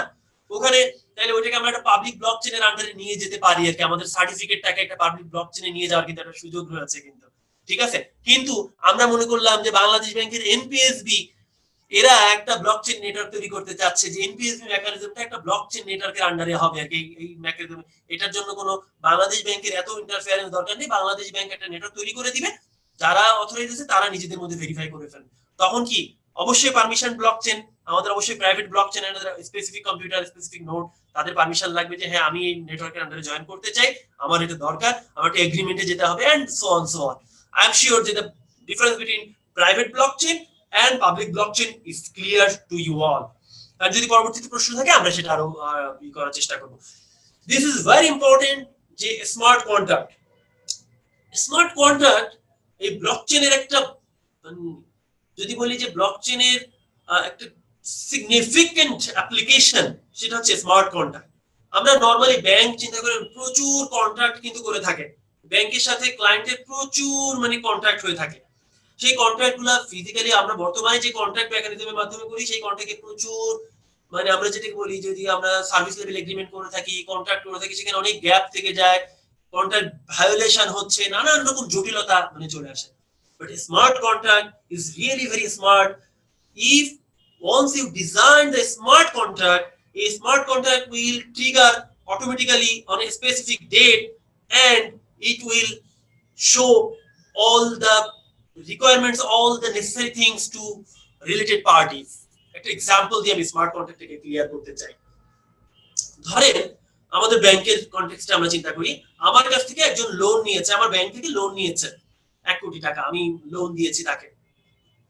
তার প্রতি মাসে মাসে তার যে কিস্তি দেওয়ার কথা সে দিচ্ছে। আমরা ধরে নেব একটা কন্ট্রাক্ট হলো তার সাথে যে 3 মাস পরে যদি সে কিস্তি না দেয় তাহলে তার বিরুদ্ধে আমি অ্যাকশনে চলে যাব। 3 মাস পরে যদি সে আমার কিস্তি না, তাহলে তার সাথে আমার একটা কন্ট্রাক্ট হয়েছে, এই শর্তে আমরা একটা কন্ট্রাক্ট রেডি করলাম। 3 মাস পরে অটোমেটিক্যালি যখন ডেট এক্সপায়ার হবে, উনি 3 মাস না দিলে অটোমেটিক্যালি উনি যে লোন টাকা দিচ্ছে না এটা ওনার কাছে চলে যাবে, ল এনফোর্সমেন্ট এজেন্সির কাছে চলে যাবে, বাংলাদেশ ব্যাংকের সিআইবি তে চলে যাবে automatically. This is very interesting.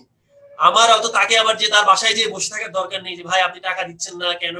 সে তখন বুঝে ফেলবে যে 3 মাস পরে আমি যদি না দেই, সে সেলফ রিয়ালাইজেশন থেকে বলবে অটোমেটিক্যালি কিন্তু পুলিশের কাছে চলে যাচ্ছে, ল এনফোর্সমেন্ট এজেন্সি, আপনার লয়ার সে দেখে ফেলছে যে ওকে ইনি দিচ্ছে না, সে সাথে সাথে অ্যাকশন নেওয়া শুরু করে দিবে, বাংলাদেশ ব্যাংকের সিআইবি তে চলে যাবে অটোমেটিক্যালি। সো স্মার্ট কন্ট্রাক্টের মূল ফিচারটা হচ্ছে যে একটা কন্ট্রাক্ট থাকবে, সেই কন্ট্রাক্টটা স্মার্টলি ডিজাইন কোডেড করে করা থাকবে, কোড প্রোগ্রাম করে আগে থেকে ডিফাইন করা থাকবে, একটা স্পেসিফিক রুলস এর ভায়োলেশন হওয়ার সাথে সাথে সেই কন্ট্রাক্ট এক্সিকিউট হয়ে যাবে এবং সাথে সাথে রিলেটেড পার্টির কাছে সেই কন্ট্রাক্টটা ওপেন হয়ে যাবে যে ওকে ফাইন তোমরা এই কাজ করো না, এখানে এটা ভায়োলেশন হয়েছে, সাথে সাথে নেসেসারি অ্যাকশনস নিয়ে সেটাকে রিজলভ করা হবে। This is the smart contract feature. আমি এখানে স্মার্ট কন্ট্রাক্ট এক্সপ্লেইন করেছি এবং স্মার্ট কন্ট্রাক্টের অ্যাপ্লিকেশন কোথায় কোথায় করা যেতে পারে তার একটা ব্রিফ ওভারভিউ এখানে দেওয়ার চেষ্টা করেছি আর কি। আপনারা এখান থেকে দেখে এটা বুঝতে পারবেন। তো তারপর আমি যদি একটু এখানে বলি যে আমরা স্মার্ট কন্ট্রাক্টের ইউজ কেস গুলো একটু যদি দেখি, দেখেন কি বলছে যে রেকর্ড কিপিং এর জন্য আমরা করতে পারি, ট্রেডিং অ্যাক্টিভিটিস এ ট্রেডিং হিউজ অ্যাপ্লিকেশন, সাপ্লাই চেইনে হিউজ অ্যাপ্লিকেশন রয়েছে, মর্টগেজ, এগুলা কোনো রূপকথা বলছি না আমি, this is already applied globally. আমি কোনো রূপকথার গল্প বলছি না যে এটা এরকম হতে পারে, এটা হওয়ার সম্ভাবনা রয়েছে, হয়ে যাবে, not like that, it is already applied globally. অনেক পৃথিবীর অনেক বড় বড়, আমি যে ডকুমেন্টটা দিয়েছি ওখানে একদম এক্সাম্পল দিয়ে আমি নাম দিয়ে বলেছি কত সালে কোথায় কিভাবে কারা করেছে সবকিছু ওখানে এক্সপ্লেন করা আছে আর কি।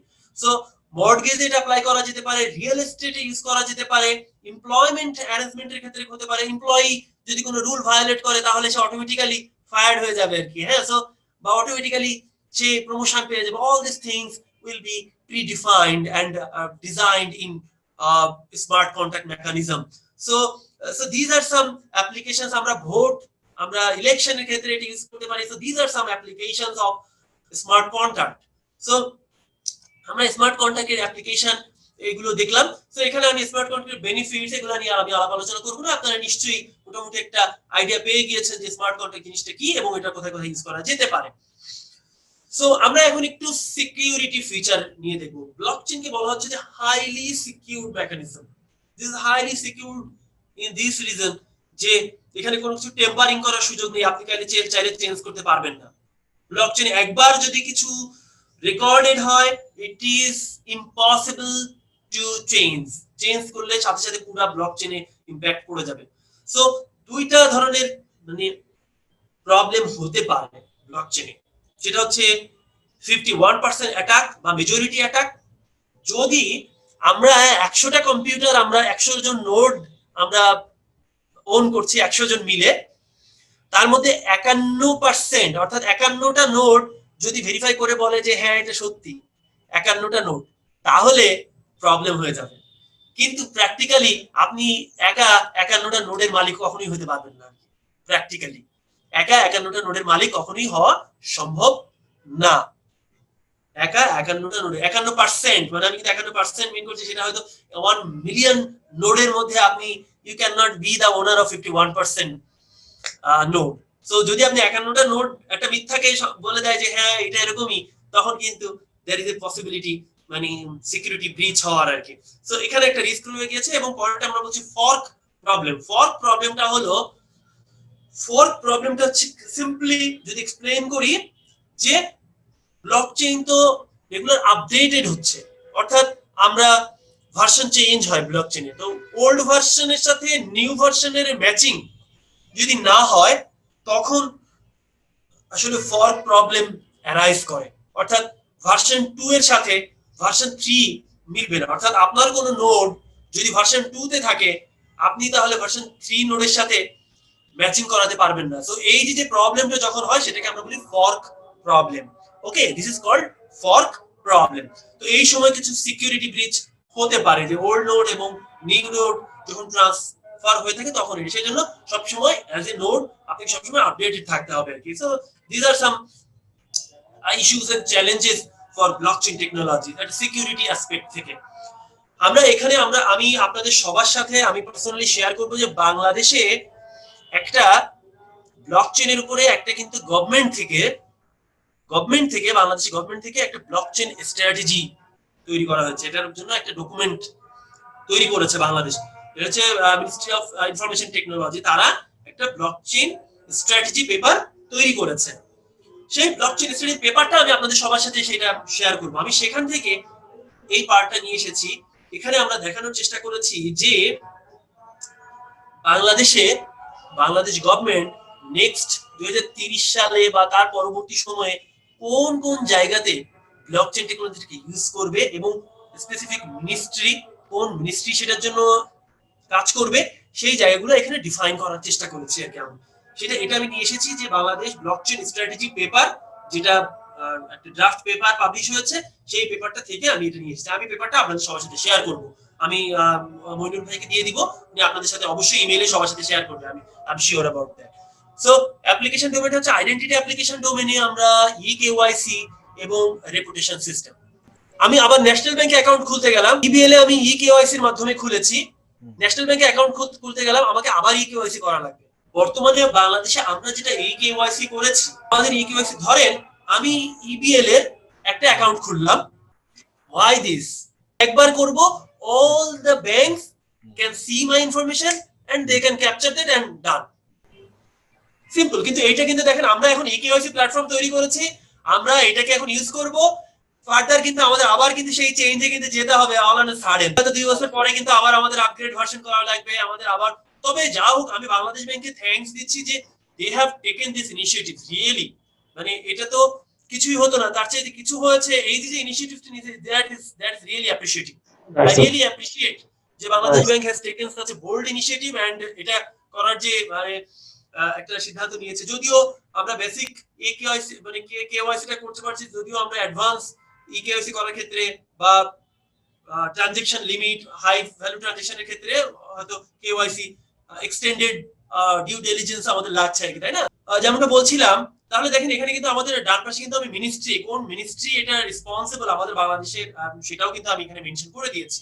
সো আমরা ফাইন্যান্স অ্যাপ্লিকেশন ডোমেনে দেখেন ব্লকচেইনটাকে ইউজ করা যেতে পারে। Pension, payment, stock market, subsidies, এইসব জায়গায় কিন্তু এটা ইউজ করার সুযোগ রয়েছে আর কি।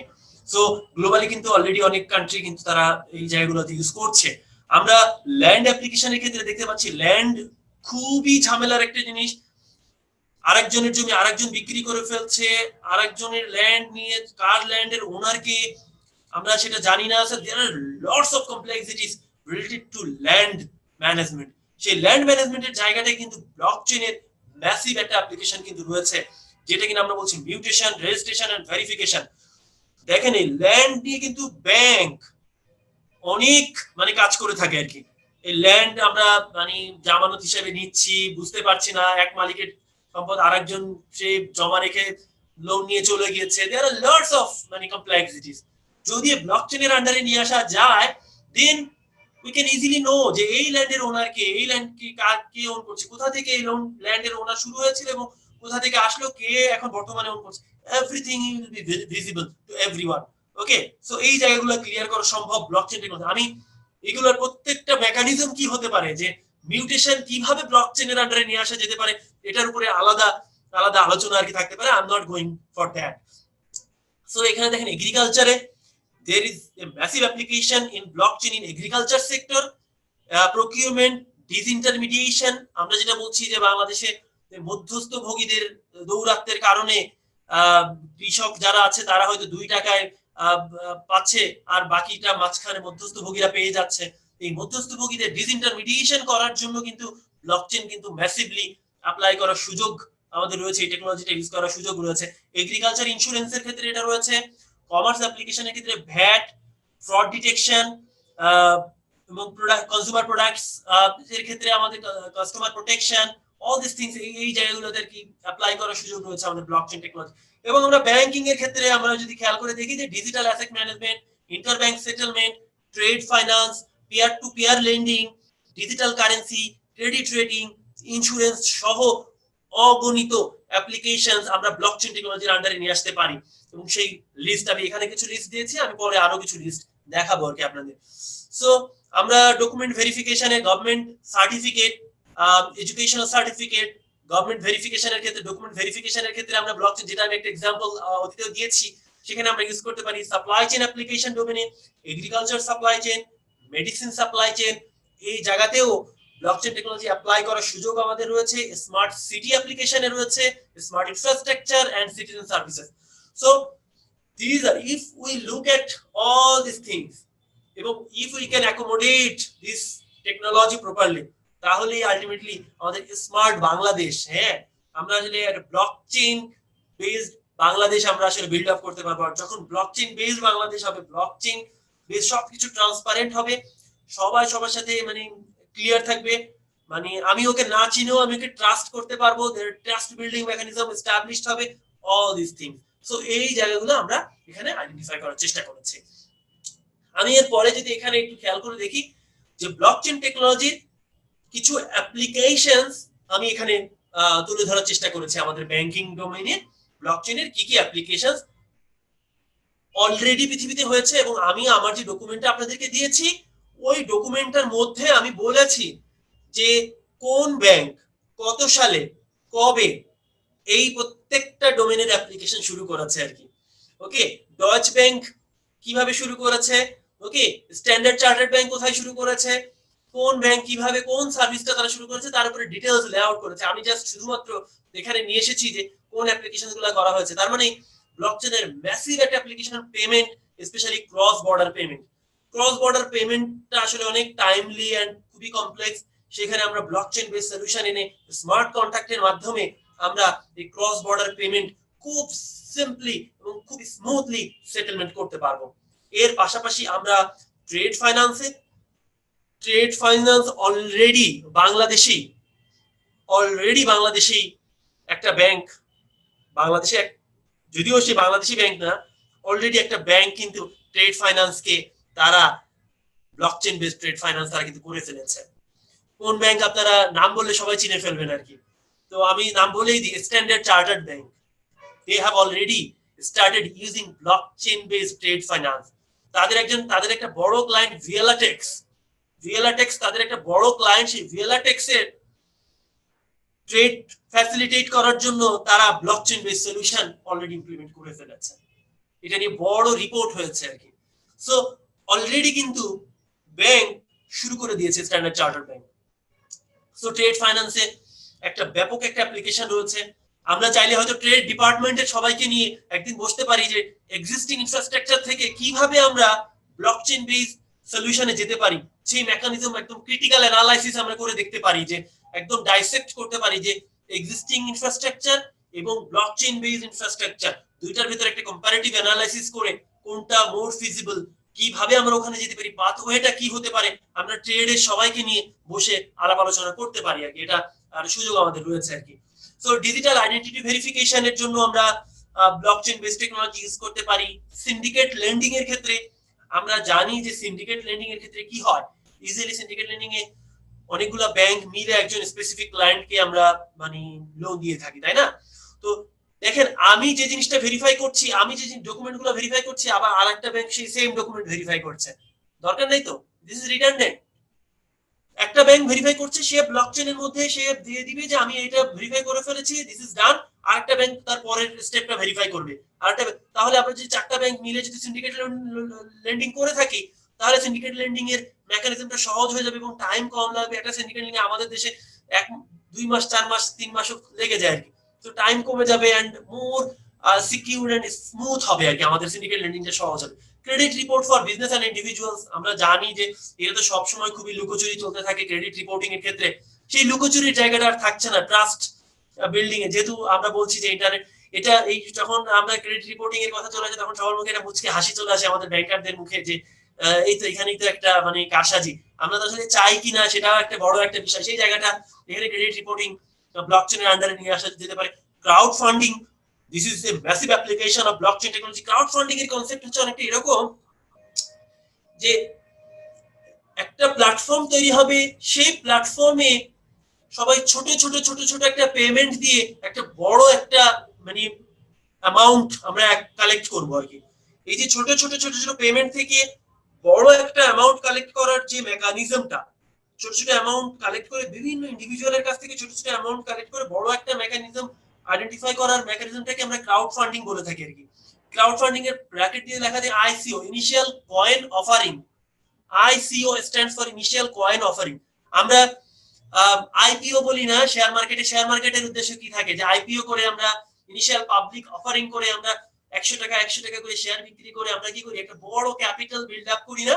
ঠিক ব্লকচেন বেস একটা প্ল্যাটফর্ম ইউজ করে ক্রাউড ফান্ডিং তৈরি করে, ক্রাউড ফান্ডিং মেকানিজম ইউজ করে, ব্লকচেন টেকনোলজিটাকে ইউজ করে ইনিশিয়াল কয়েন অফারিং এর মাধ্যমে বড় ক্যাপিটাল কালেক্ট করা সম্ভব এবং সেটা দিয়ে বিভিন্ন ধরনের ফান্ডিং এবং বিজনেস করা সম্ভব। দেন আমরা পেয়ার টু পেয়ার ট্রান্সফার নিয়ে তো অলরেডি কথা বলেছি। পেয়ার টু পেয়ার ট্রান্সফার আমরা ব্লকচেন টেকনোলজি ইউজ করে করতে পারি আর কি। তো আমরা এখন আমি এই যে পার্টটায় চলে আসছি, এই পার্টটা নিয়ে একটু আলাপ করে নিই। আমরা লাস্ট ইয়ারে একটা গবেষণা করেছিলাম, আমরা অনেক প্রায় 34টা ব্যাংকের বিভিন্ন লেভেলের এক্সিকিউটিভদের উপরে আমরা বিভিন্ন প্রশ্ন দিয়েছিলাম, তারা তাদের ফিডব্যাক দিয়েছিল। আমি এখানে এই part, next rest of the part আর বেশি নাই, জানি অনেকে হয়তো খুব ক্লান্ত হয়ে পড়ছেন আর কি, আর খুব বেশি নেই, আমরা আর অল্প কিছুক্ষণ আলাপ আলোচনা করব। তো এখানে আমরা যে গবেষণাটা করেছিলাম 2019-এ, সেই গবেষণার একটা অংশ আমি আপনাদের সাথে শেয়ার করতে যাচ্ছি। এখানে আমাদের বিআইবিএম এর বেশ কয়েকজন গবেষক এখানে ছিলেন, তারা এটা নিয়ে কাজ করেছেন এবং relevance of blockchain technology in banking Bangladesh কনটেক্সটে আমরা গবেষণাটা করেছিলাম। তো অল্প কিছুদিনের মধ্যে আমরা সেই পেপারটাও পাবলিশ করব আমাদের বিআইবিএম থেকে। সেই পেপারটাও আপনারা হয়তো পাবেন আর কি আমাদের বিআইবিএম এর ওয়েবসাইটে বা বিভিন্ন জায়গায় থেকে সংগ্রহ করতে পারবেন। সো আমরা প্রশ্ন করেছিলাম যে এটা জাস্ট একটা পারসেপশন, রিমেম্বার ইট, মানে এটা একটা পারসেপশন। আমরা প্রায় 100-র বেশি এক্সিকিউটিভদের উপরে 34টা ব্যাংকের তাদেরকে প্রশ্ন করেছিলাম, বলেছিলাম যে blockchain will change the way your bank does business in next 3 years। আমরা এরকম একটা প্রশ্ন করেছিলাম যে নেক্সট 3 ইয়ার্স এ ব্লকচেন কি চেঞ্জ করে ফেলবে। তো তখন দেখেন বলছে যে 27% বলছে যে নট লাইকলি, তারা মনে করে না যে আসলে ব্লকচেন কিছু একটা করে ফেলবে, আর 49% মনে করে যে very likely, yes there is a possibility যে blockchain is going to change our banking in next 3 years, এবং 24% নিউট্রাল। তো এখন আমরা সিদ্ধান্ত নিব যে আমরা আসলে 49% এর মধ্যে পড়তে চাই নাকি আসলে আমরা 27% এর মধ্যে পড়তে চাই। So it is our decision যে কোন জায়গাটা আমরা আসলে আমাদের নিজেদেরকে দেখতে চাই আর কি। সো নেক্সট 3 ইয়ার্সে কিন্তু একটা চেঞ্জ হবে, সেটা কিন্তু এক্সিকিউটিভসরা বিলিভ করেন, 49% এক্সিকিউটিভস। আমরা এখানে দেখেছিলাম যে বিভিন্ন সিএক্সও যারা আছেন, যে chief operating officer, chief information officer, chief technology officer, chief marketing officer, chief risk officer, এরকম অনেক মানে যারা আছেন সিএক্স লেভেলে যারা আছে, তাদেরকে আমরা বেশ কিছু বিষয় নিয়ে জানতে চেয়েছিলাম তাদের কাছে। তারা তাদের একটা মানে ওপিনিয়ন দিয়েছিল, তারা 64% তারা বিলিভ করেন যে blockchain technology is broadly scalable and will eventually achieve mainstream adoption. So mainstream অ্যাডাপশনে চলে যাবে, এটা 64% কিন্তু বিলিভ করে একটা সময় আর কি। তো তারা মনে করতেছে না যে নেক্সট 3 ইয়ার্সে যাবে, বাট একটা চেঞ্জ কিন্তু আসবে, তারা এটা মনে করে আর কি, মেইন স্ট্রিম অ্যাডাপশনে চলে আসবে। এন্ড দেন আরেক 55% বিলিভ করে যে blockchain technology will disrupt hour industry. Okay, so 55% কিন্তু মনে করে যে ডিসরাপ্ট করবে। আমি কিন্তু বারবার বলছি, this is not the exact figure, exact 55% means this is the perception, যে 55% বিলিভ করে যে হ্যাঁ, যে এটা একটা ডিসরাপশন হবে। আমরা জানি যে বেশি মানুষ যেটা বিলিভ করে মানে মোটামুটি তার কিন্তু তার কাছে কিছু একটা কিন্তু হয়, তার একটা অ্যাসাম্পশন কিন্তু করা যেতেই পারে। সো আবার কিন্তু নিচে খেয়াল করে দেখেন 42% কিন্তু মনে করে যে না না না, ব্লকচেন বেশি বাড়াবাড়ি করছে। এটা নিয়ে মানে হতে পারে 42% কিন্তু তারা যেটাও বিলিভ করে যে 42% বলছে যে এটা একটু বাড়াবাড়ি ব্লকচেন নিয়ে। না না না, ব্লকচেন এত কিছু না আসলে। সো এই জায়গাটা আমরা একটু দেখি যে greatest disruption resulting from blockchain technology in next 3 years, কোন জায়গাটাই মানে ডিসরাপশন হবে। তার মধ্যে কিন্তু দেখেন সবাই কিন্তু ট্রেড কে মার্ক করছে, তার কিছু সিমটমও কিন্তু আমরা দেখতে পাচ্ছি, trade, cyber risk and contracts, এই তিনটা জায়গায় কিন্তু সবচেয়ে বেশি। আমরা চাইলে আমরা পারি তো, মানে ব্যাংক চাইলে তো পারি, মানে ছোট একটা অ্যাপ্লিকেশন ব্লকচেন আন্ডারে নিয়ে আসলাম, অনেক টাকাই তো খরচ করি আর কি, দেখি না একটা অ্যাপ্লিকেশন এনে কি দাঁড়ায় আর কি। সো ট্রেডিং এ কিন্তু একটা ম্যাসিভ একটা অ্যাপ্লিকেশন করা সম্ভব আর কি, সেটা মনে করছে। সো আমরা বলেছিলাম যে ব্লকচেন টেকনোলজি কতটা রিলেভেন্ট, কতটা রিলেভেন্স আছে আমাদের ব্যাংকিং এর সাথে। দেখেন এখানে খুব মজার একটা ফাইন্ডিংস আসছে, 14% মনে করে কোনোভাবেই রিলেভেন্ট না, 43% মনে করে আমি কিছুই জানি না। আমরা সবচেয়ে ভালো ওপিনিয়ন হচ্ছে যে আই ডোন্ট নো এনিথিং। হ্যাঁ দেখেন 43% কিন্তু বলছে যে no conclusion, I don't know anything. And in our context no, যে আমরা কিছুই জানি না, কি হয়েছে দেখতে হবে, খতিয়ে দেখতে হবে আর কি। ঠিক আছে, আমরা খতিয়ে দেখার চেষ্টা করছি আর কি। তো 43% উইদাউট এনি কনক্লুশন, 14% বিলিভ করে যে relevant but not strategic priority. ওরা বলছে যে yes this is relevant but আমরা খুব স্ট্র্যাটেজিক প্রায়োরিটিতে নাই আমাদের কাছে এটা, আমরা হ্যাঁ এটাকে মনে করছি, এটা নিয়ে আমরা চিন্তা ভাবনা করছি, we will see. Then 26% important but not in top 5 strategic priority. 26% তারা টপ 5 তাদের যে প্রায়োরিটিজ লিস্ট যেটা আছে সেখানে তারা টপ 5 এর মধ্যে রাখেনি, বাট তারা important. Critical and top 5 strategic priority only 3%. Look at this, only 3% bank in Bangladesh আমাদের এক্সিকিউটিভরা রেসপন্স করেছে 3%, তারা বলছে যে আমরা ক্রিটিক্যাল প্রায়োরিটি হিসেবে দেখছি।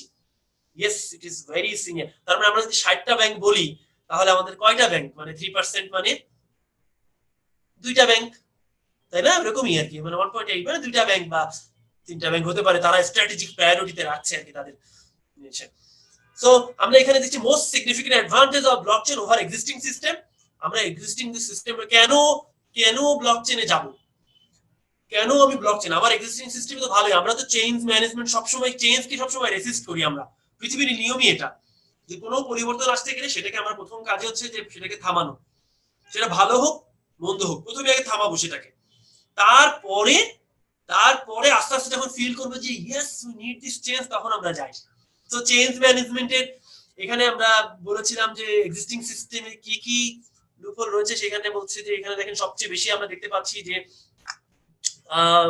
আমাদের এখানে সবচেয়ে বেশি আসছে যে greater speed compare to existing system. Existing সিস্টেমের চেয়ে আমরা স্পিড বাড়াতে পারবো, যেহেতু আমরা অল্প সময়ের মধ্যে বেশি কাজ করার সুযোগ রয়েছে, সেই কারণেই আমরা এক্সিস্টিং সিস্টেমের বদলে আমরা ওই সিস্টেমে যাব, সেটা মনে করছে। এবং সিকিউরিটির ইস্যুতে দেখেন 74% আপনাদের মতো বেশিরভাগ সবাই কিন্তু বলছে যে yes this system is more secure than existing system. সিকিউরিটির জায়গায় কিন্তু কেউ কিন্তু কম্প্রোমাইজ করেনি, সবাই বলছে যে ইয়েস, সবাই এক বাক্যে রাজি হয়েছে যে yes this system is much more secure than the other system.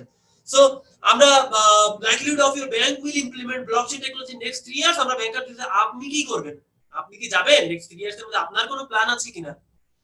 তো তখন বলছে যে 30% বলছে যে কিছুই জানি না, আমি এই ব্যাপারে কিছুই বলতে পারবো না। দেন 31% বলছে যে নট এট অল, এন্ড 39% বলছে যে ইয়েস আমাদের কিছু প্ল্যান আছে, আমরা হয়তো যাবো আর কি। এটা একটা পারসেপশন সার্ভে, আমি বারবার বলছি পারসেপশন সার্ভে, তারা 39% বলছে যে হ্যাঁ আমাদের কিছু প্ল্যান আছে, আমরা যাবো। তার মানে কিন্তু দেখেন বেশিরভাগ কিন্তু 61% কিন্তু বলা যায় 61% তারা কিন্তু কোনোভাবেই মানে তারা আসলে নেক্সট 3 ইয়ার্স এর কোনো প্ল্যান নেই। So this is very good findings for your bank to take decision. Okay, I am sure যে আপনারা এখান থেকে কিন্তু ডিসিশন মেকিং এ, আচ্ছা আপনি কোন পার্সেন্টের মধ্যে থাকতে চান, আপনি কি একটা টেকনোলজি ইউজ করে নিজেকে অন্যদের থেকে আলাদা করে ফেলতে চান কিনা, সেই জায়গাটা কিন্তু আপনার ডিসিশন আর কি। সো পার্সেন্ট অফ ব্যাংক বা ইনভেস্টমেন্ট প্ল্যান, আমরা বলেছিলাম যে আপনাদের ইনভেস্টমেন্ট প্ল্যান কি, বেশিরভাগ ব্যাংকই বলছে যে we do not have any investment plan, আমরা কোনো ইনভেস্টমেন্ট প্ল্যান আমাদের নাই, ব্লকচেন নিয়ে কোনো ইনভেস্টমেন্ট, আমাদের অন্যান্য জায়গায় ইনভেস্টমেন্ট করে সময় পাচ্ছি না, আবার ব্লকচেন ইনভেস্ট করবো আর কি, আমাদের ব্লকচেন নিয়ে কোনো ইনভেস্টমেন্ট প্ল্যান আমাদের নাই। লেস দেন 50 লাখ তারা বলছে 19%, from 50 lakh to less than 1 crore 10% banks তারা রেসপন্স করছে, from 1 crore to less than 5 crore 5%, from 5 crore to less than 10 crore 2%, more than 10 crore আসলে কেউই নাই আর কি। তো মোটামুটি দেখেন আমরা 50 লাখের মোটামুটি একটা ছোটখাটো ইনভেস্টমেন্ট নিয়ে কিন্তু ভালো একটা ব্যাংক আগাতে চাচ্ছে, 90% ব্যাংক তারা মনে করছে যে আমরা কিছু কিছু ইনভেস্টমেন্টে যাব। So these are the investment plan of our banks. So আমরা এখানে যদি কিছু দেখে আমরা কিছু কেস স্টাডি নিয়ে একটু গল্প সল্প করবো, আমাদের পড়াশোনা কিন্তু শেষ, আমাদের আলাপ আলোচনা শেষ, আমরা এখন কিছু কেস স্টাডি মানে দেখবো, এবং আমরা ইন্ডিয়াতে কি হয়েছে আমরা তার কিছু কেস স্টাডি ছোট ছোট গল্প সল্প করি। আমি অলরেডি বলেছি স্ট্যান্ডার্ড চার্টার্ড ব্যাংক কিন্তু ব্লকচেন অ্যাপ্লাই করে ফেলেছে, এবং তারা কিন্তু বড় করে পেপার পত্রিকায় কিন্তু এটা দিয়ে দিয়েছে, তারা দিয়ে কিন্তু আজকে তাদের নাম আমরা এই গল্পের মধ্যে এই আলোচনার মধ্যে কিন্তু বলছি। আপনি নেক্সট আলোচনায় আপনি থাকতে চান কিনা, আপনার ব্যাংক থাকতে চায় কিনা, এরকম আমাদের আলোচনার মধ্যে ইট ইজ ইওর ডিসিশন যে আমি আজকে স্ট্যান্ডার্ড চার্টার্ডের নাম বলছি, কালকে আমি ন্যাশনাল ব্যাংকের নাম বলতে চাই। তো বাংলাদেশে IPDC finance, non bank financial institutions, আমরা জানি IPDC finance they started south এশিয়ার প্রথম supply chain based blockchain finance. Supply chain ফাইন্যান্সে প্রথম অর্জন নামে ওরা প্রথম সাউথ এশিয়ার প্রথম blockchain based supply chain finance ওরা ইনিশিয়েট করেছে। অর্জন, সেটার নাম হচ্ছে অর্জন, টেক নোট অর্জন। হ্যাঁ, সো এছাড়াও আমরা দেখতে পাচ্ছি এবং তারা কিন্তু খুব মানে এবং সাপ্লাই চেইন ফাইন্যান্সিং এ দে আর লিডিং, তারা খুব ভালো করছে। খেয়াল করে দেখেন ইন্ডিয়াতে 11টা ব্যাংক তারা একটা কনসোর্টিয়াম তৈরি করেছে। ইন্ডিয়ার সবচেয়ে বড় bank ICICI bank, Kotak bank, axis bank, এরকম 11টা ব্যাংক মিলে তারা একটা কনসোর্টিয়াম তৈরি করেছে এমএসএমই দেরকে সার্ভিস দেওয়ার জন্য। এসএমই ইন্ডাস্ট্রিতে এখনো বিশাল গ্যাপ রয়েছে আমাদের দেশে, এসএমই তে কাজ করার ব্যাংকের প্রচুর সুযোগ রয়েছে। ব্যাংক একটা আমাদের দেশের ব্যাংকগুলো কিন্তু বেস অফ দা পিরামিড, আমি যদি বলি যে একটা গ্রুপ অফ পিপল, তাদেরকে আমরা পেমেন্ট সার্ভিসে হারিয়ে ফেলেছি, যেটা বিকাশ, নগদ, রকেট এরা ধরে ফেলেছে। এসএমইটাকে যেন আমরা না হারাই, ব্যাংকের কিন্তু এখনই ফোকাস দেওয়া উচিত, এবং bank should focus on blockchain technology to capture this massive market. আপনি এসএমই ডাটা কিভাবে কালেক্ট করবেন সেটা ব্লকচেন টেকনোলজির আন্ডারে নিয়ে আসবেন, এবং এসএমই ক্লায়েন্টদেরকে সেটা দিয়ে ডিল করবেন স্মুথলি এবং কস্ট ইফেক্টিভ অ্যাপ্রোচে। সেটা করে আমার আপনার এটা নিয়ে খুব বেশি চিন্তা করার দরকার নেই, ইন্ডিয়াতে অলরেডি হয়েছে, তারা ভালো করছে, তাদের মডেলটাকে ফলো করে আমরা আগাতে পারি কিনা সেটা নিয়ে ভাববার এবং নিজেদের ভিতরে ব্রেন স্টর্মিং করার সময় চলে এসেছে আর কি। সো নাও আমি আমার আলোচনা শেষ করব, তো তার আগে আমি একটা প্রশ্ন দিয়ে শেষ করতে চাই। Is blockchain the future of banking and will it replace traditional banks?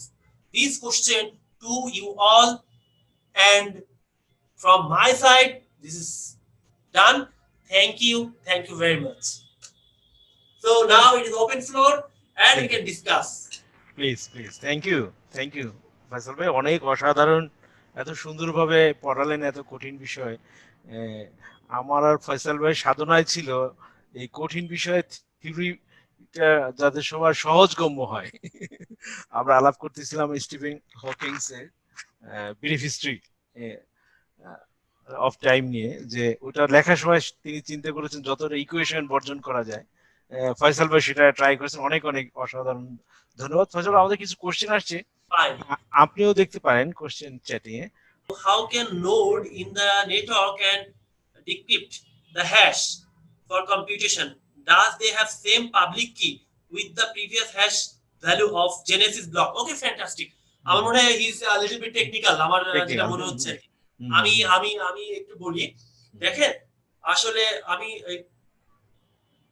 Blockchain হচ্ছে সিমেট্রিক না অ্যাসিমেট্রিক এনক্রিপশন মেকানিজম ইউজ করে। Symmetric and asymmetric. Asymmetric encryption হওয়ার ফলে কি হয়, এখানে বোথ দুইটা কি লাগে। যেমন সিমেট্রিকে শুধুমাত্র একটা কি দিয়ে আমি ডিক্রিপ্ট করে ফেলতে পারি, কিন্তু যখন সেটা অ্যাসিমেট্রিক এনক্রিপশন হয় তখন আমার কি লাগে, দুইটা কি লাগে, প্রাইভেট কি এবং পাবলিক কি, দুইটা কি দিয়েই আসলে ডিক্রিপ্ট করতে হয়। So this is much more secure, এবং এই যেহেতু দুইটা কি ইউজ করা হচ্ছে এবং এখানে ডিজিটাল সিগনেচার ইউজ করে মোর সিকিউর অ্যাপ্রোচে করা হয়, বিধায় এখানে it is not possible, practically possible না আর কি। আর যেহেতু বললাম SHA-256 অ্যালগরিদম ইউজ করা হয়, বিধায় এটা আসলে প্র্যাকটিক্যালি ফিজিবল না যে এখানে আসলে মানে হ্যাক করা বা সেই সিস্টেমটাকে ব্রেক করে সেখানে কোনো চেঞ্জ বা মডিফিকেশন করা আর কি। Okay, nearly impossible. SHA-256 algorithm use করলে নিয়ারলি ইম্পসিবল সেটাকে ইটারেশন করে BL ফরম্যাটে মানে ফিরিয়ে নিয়ে আসা আর কি। So this is very complex. Thank you. Pabna branch থেকে একটা কোশ্চেন আসছিল, what term is used for permission giving authority in private blockchain to call? Private ব্লকচেইনে পারমিশন কে দিবে? ওকে, আমি কিন্তু দেখেন ওই যে প্রাইভেট ব্লকচেইনের কথা কিন্তু বলছিলাম, আমরা বাংলাদেশ ব্যাংকের কথাই তো বলছিলাম যে পারমিশন ব্লকচেইনের ক্ষেত্রে আমাদের বাংলাদেশ ব্যাংক বা একটা সেন্ট্রাল মানে একজন থাকবে যে তিনি প্রথম ইনিশিয়েট করে যে এরা এরা এরা এরা এই নোডের ভিতরে থাকতে পারবে। তারপরে আমাদের একটা নেটওয়ার্ক তৈরি হয়ে যাবে, দেন আমরা নিজেদের ভিতরে আমরা তখন ওই যেটা কনসেনসাস মেকানিজম এবং যে টেকনোলজিক্যাল যে অ্যাপ্রোচ রয়েছে সেটা ইউজ করে আমাদের নিজেদের ভিতরে কনভারসেশন গুলো হতে থাকবে।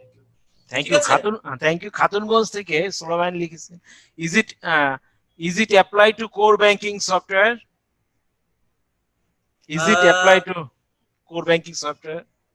আচ্ছা দেখেন, আমি কিন্তু বারবার বলছিলাম যে স্টিল মানে অনেক জায়গায় কিন্তু এক্সপেরিমেন্ট ফেজে রয়েছে। আমি বলেছিলাম যে ব্লকচেন কিন্তু সবকিছু করতে পারবে না, ব্লকচেন কিন্তু সবকিছু করে দিতে পারবে না। আমার কোর ব্যাংকিং সফটওয়্যার, আমি সেজন্য কিন্তু ডাটাবেজের এক্সাম্পল নিয়ে এসেছিলাম। অনেকের মনে এই প্রশ্ন যে ডাটাবেজ তাহলে কি থাকবে না? আসলে ডাটাবেজ কিন্তু লাগবে। আমাদের কোর ব্যাংকিং সলিউশনের কাজ করবে। কোর ব্যাংকিং সলিউশনের কিছু ফাংশনালিটিস রয়েছে যেটা আসলে কখনোই আপনার মানে ব্লকচেইনে করা সম্ভব না, সেটা কোর ব্যাংকিং সলিউশন দিয়েই করতে হবে আর কি। সো আমরা যে স্কিলস গুলো বর্তমানে যে স্কিলস গুলো দেখেছি সেই জায়গাগুলোতে আমরা আসলে ইউজ করতে পারি, কিন্তু কোর ব্যাংকিং সলিউশনে করা যাবে কিনা এটা নিয়ে আসলে আরো ফার্দার স্টাডি করা এবং সেই ফার্দার স্টাডি করে দেখতে হবে যে সেখানে ইউজ করা সম্ভব বা স্কোপ রয়েছে কিনা আর কি। এখনো ঠিক বলা যাচ্ছে না কোর ব্যাংকিং সফটওয়্যার রিপ্লেসমেন্টে ব্লকচেইনটাকে আনতে পারবো কিনা আর কি, সেটা এখনো বলার সুযোগ আমাদের হাতে বা স্কোপ আমার হাতে নাই, আমার কাছে সেই পরিমাণ ডাটাও নেই। আমরা একটা কোশ্চেন পেয়েছি, শিবচর ব্রাঞ্চ পেয়েছে, how we the banker as representative of common people can be sure that we are not handing over the control of financial authority from the long known banker to anomalous data miner or approving authority in context of future worried financial world? প্রশ্নটা বোঝা একটু কঠিন, আমি ঠিক বুঝতে পারছি না, তবে আমার যেটা মনে হচ্ছে যে উনি যেটা বলতে চাচ্ছেন, আমি যেটা বুঝতে পেরেছি সেটা হচ্ছে অনেকটা এরকম যে financial data is very secure. তো উনি বলতে চাচ্ছেন যে এই ফাইনান্সিয়াল ডাটা তো অনেক বেশি সিকিউর, এই আমি যেটা যদি বুঝে থাকি এই সিকিউরিটি মেথড আমি পাবলিক ফোরামে ওপেন করে দিব, সেটা আসলে ঠিক হবে কিনা আর কি। মানে এই জায়গাটা মনে হয়, বা মাইনার যেটা বলছেন যে মাইনার যারা মাইনিং এর কাজটা করে তারা আসলে দেখে ফেলবে কিনা, বা তারা দেখে ফেললে তো আমার প্রাইভেসি ভায়োলেট হলো, সেই জায়গাটা মনে হয় আর কি উনি জানতে চাচ্ছেন। আমার যেটা প্রশ্ন করে আমি যেটা বুঝতে পেরেছি, আমি সেটার উত্তর দিচ্ছি, সেটা হচ্ছে দেখেন এই জন্যই কিন্তু প্রাইভেট এবং পাবলিক ব্লকচেইন, যে আসলে দেখেন ক্রিপ্টোকারেন্সি বিটকয়েন যেটা তৈরি করেছে সেটা সে ওপেন করে দিয়েছে, পাবলিক করে দিয়েছে। আমি ব্যাংক, আমি আসলে কতটুকু পাবলিককে দেখাবো, কতটুকু পাবলিক আসলে দেখতে পারবে, সেটা কিন্তু আমার মানে অথরিটি, আমি আসলে সেই জায়গাটা ডিফাইন করতে হবে। আমি আসলে কি ডাটা দেখাতে চাই সেটা ডিফাইন না করে সেই জায়গাটা যদি আমরা ক্লিয়ার না থাকি তাহলে কিন্তু ultimately it will raise complexity. তখন আপনাকে রেগুলেটরের জায়গা থেকেও আপনি জটিলতায় পড়ে যাবেন, আপনি ইন্টারন্যাশনাল রেগুলেশনের জায়গায় কমপ্লেক্সিটি পড়ে যাবেন, কাস্টমারের প্রাইভেসির জায়গায় কমপ্লেক্সিটিতে পড়ে যাবেন। So it is up to you. এবং সবচেয়ে বড় জিনিস হচ্ছে কি, আপনি ডাটা সবাই দেখতে পাচ্ছে, মানে এই না যে কে কাকে কত টাকা পাঠিয়েছে, ব্যাপারটা কিন্তু এরকম মোটেই না।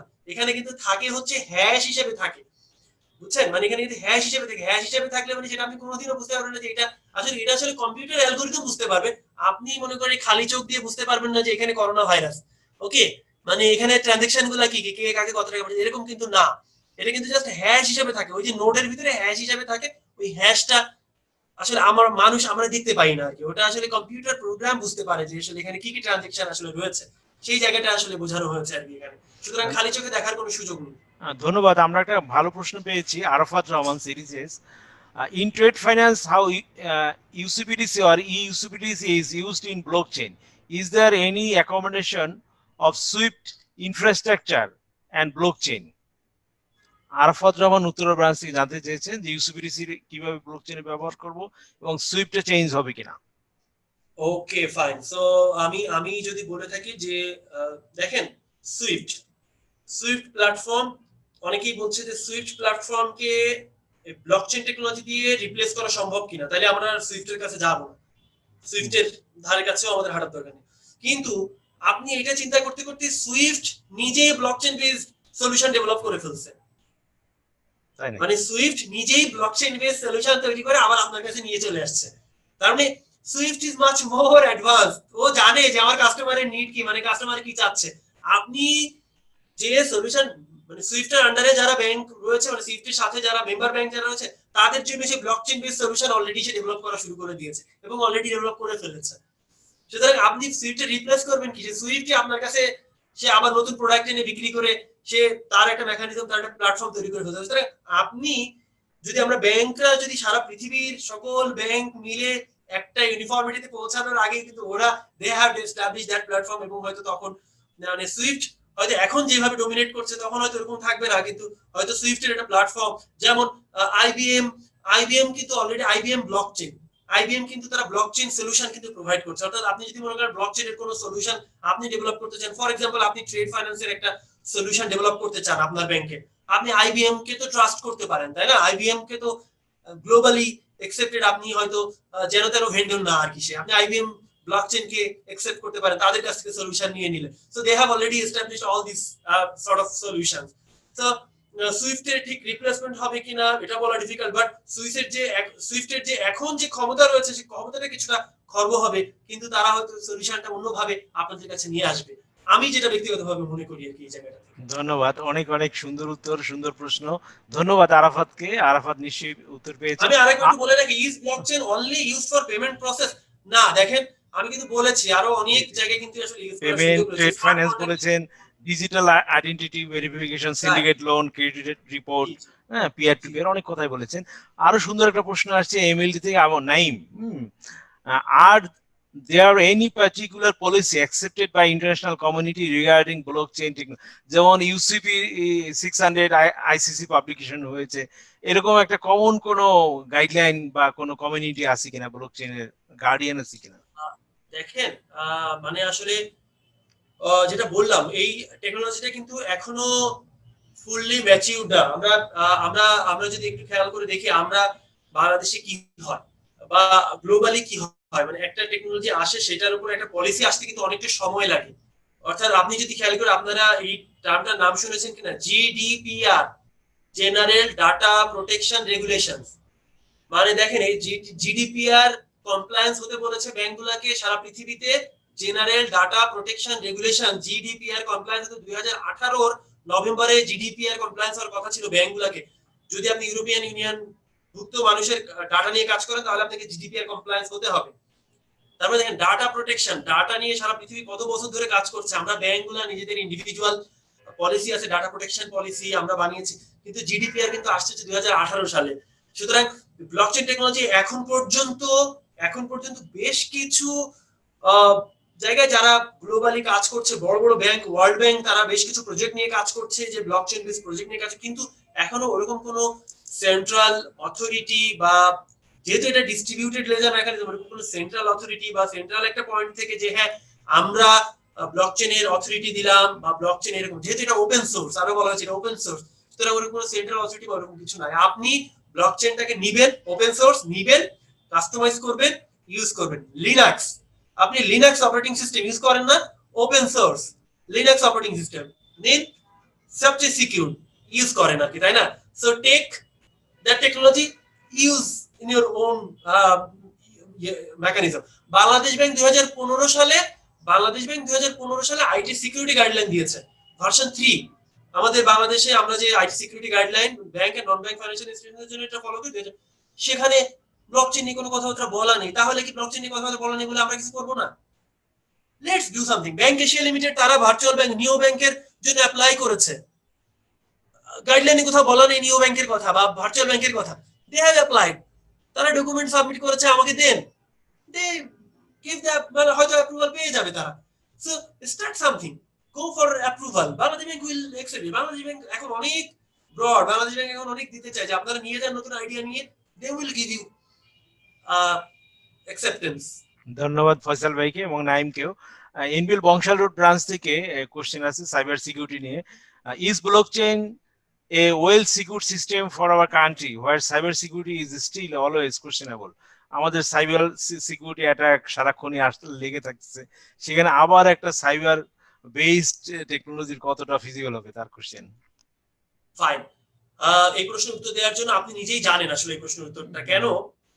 দেখেন, খেয়াল করে, আপনি যত টেকনোলজি নির্ভর ব্যাংকিং এর দিকে যাবেন, মানে রিলেশনশিপটা অনেকটা এরকম যে আপনি টেকনোলজি নির্ভর ব্যাংকের দিকে আগাচ্ছেন, সিকিউরিটি ফিচারও ততই আপনার মানে প্রবলেমেটিক হবে, ততই সিকিউরিটির ইস্যু আসবে।